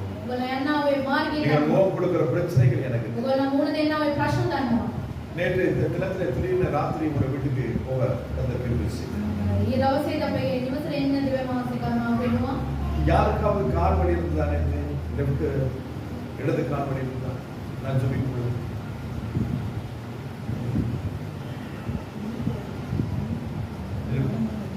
உடம்பெல்லாம் வலி தெரியும். அப்ப ஒவ்வொரு காரியங்களையும் உணர்த்துகிறவர் தான் என்னுடைய. සියලු දේවල් පෙන්වන්නේ දෙවියන් වහන්සේ. அதுக்காக வேண்டி அவரை கால் வருத்ததுக்காக இனி ஹீலிங் சர்வீஸ் வைக்க வேண்டிய அவசியம் எனக்கு கிடையாது. යා උදෙසා මට ඇවිල්ලා වෙන දේවමයන් කියන්න ඕනේ. நான் என்னோட கர்த்தரின் மூலமாய் தீர்க்க தரிசனம் சொன்னாலும் சரி, දෙවියන් වහන්සේ வெளிப்பாடுகளை கொடுத்தாலும் சரி, ඊදරව කිව්වත් හරි சுகப்படுத்தினாலும் சரி, සුවේ දුන්නත් හරි நான் ஜெபம் பண்ணும் பொழுது அதிலே சொல்லி அது ஜெபம் பண்ணி அப்படியே போயிடும். යාඥා කළේ ප්‍රශ්නයක්. ஏன்னா அதுக்கு எனக்கு அட்வைஸ்மெண்ட் தேவையில்லை. ඒක කිසිම මේ වේකක් නෑ. நான் செய்கிறது கர்த்தருடைய ஊழியம். මම කරන්නේ දෙවියන් அவர் වහන්සේ. சொல்லுகிறதை செஞ்சுட்டு போயிட்டே இருக்கிறேன்.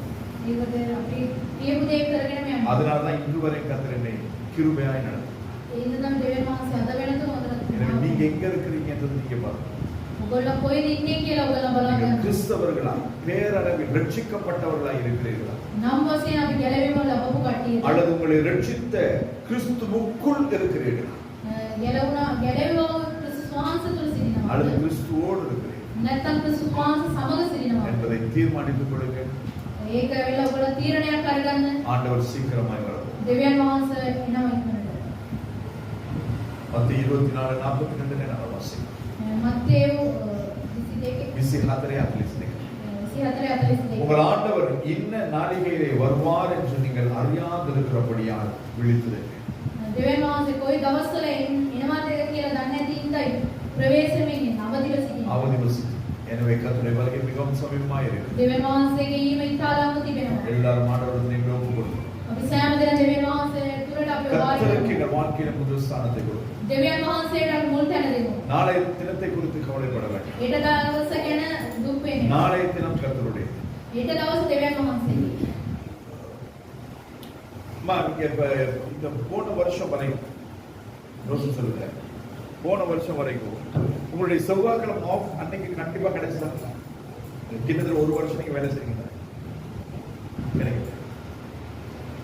அப்படிதான் அப்பப்ப மாறிக்கிட்டே இருக்கும். இப்ப இந்த மகளுக்கு ஆண்டவர் இந்த பிள்ளைகளுடைய வாழ்க்கையில கர்த்தர் நோக்கத்தை வைத்திருக்கிறார். அப்ப அந்த நோக்கத்தை செய்கிறதுக்கு தன்னை ஒப்பு கொடுத்த நாள் இருந்து இன்னும் அவங்களுக்கு ஆஃப் கிடைக்கிறது பிரச்சனையா தான் இருக்கு. லீவ் கொடுக்காத ஒரு பிரச்சனையா தான் இருக்கு. ஏன் சொன்னா பிசாசுக்கு தெரியும் எப்படி ஒரு ஆளை படைக்கிறது. எனவே கர்த்தருக்கு நாங்கள் எதையாவது செய்ய நாங்கள் நம்மை அர்ப்பணிக்கும் பொழுது அந்த காரியத்தை செய்யாதபடிக்கு பிசாசு எப்படியாயும் தந்திரங்களை கொண்டு வரும். எனவே அதை மேற்கொள்வதற்கு நாங்கள் சொல்லுவோம்.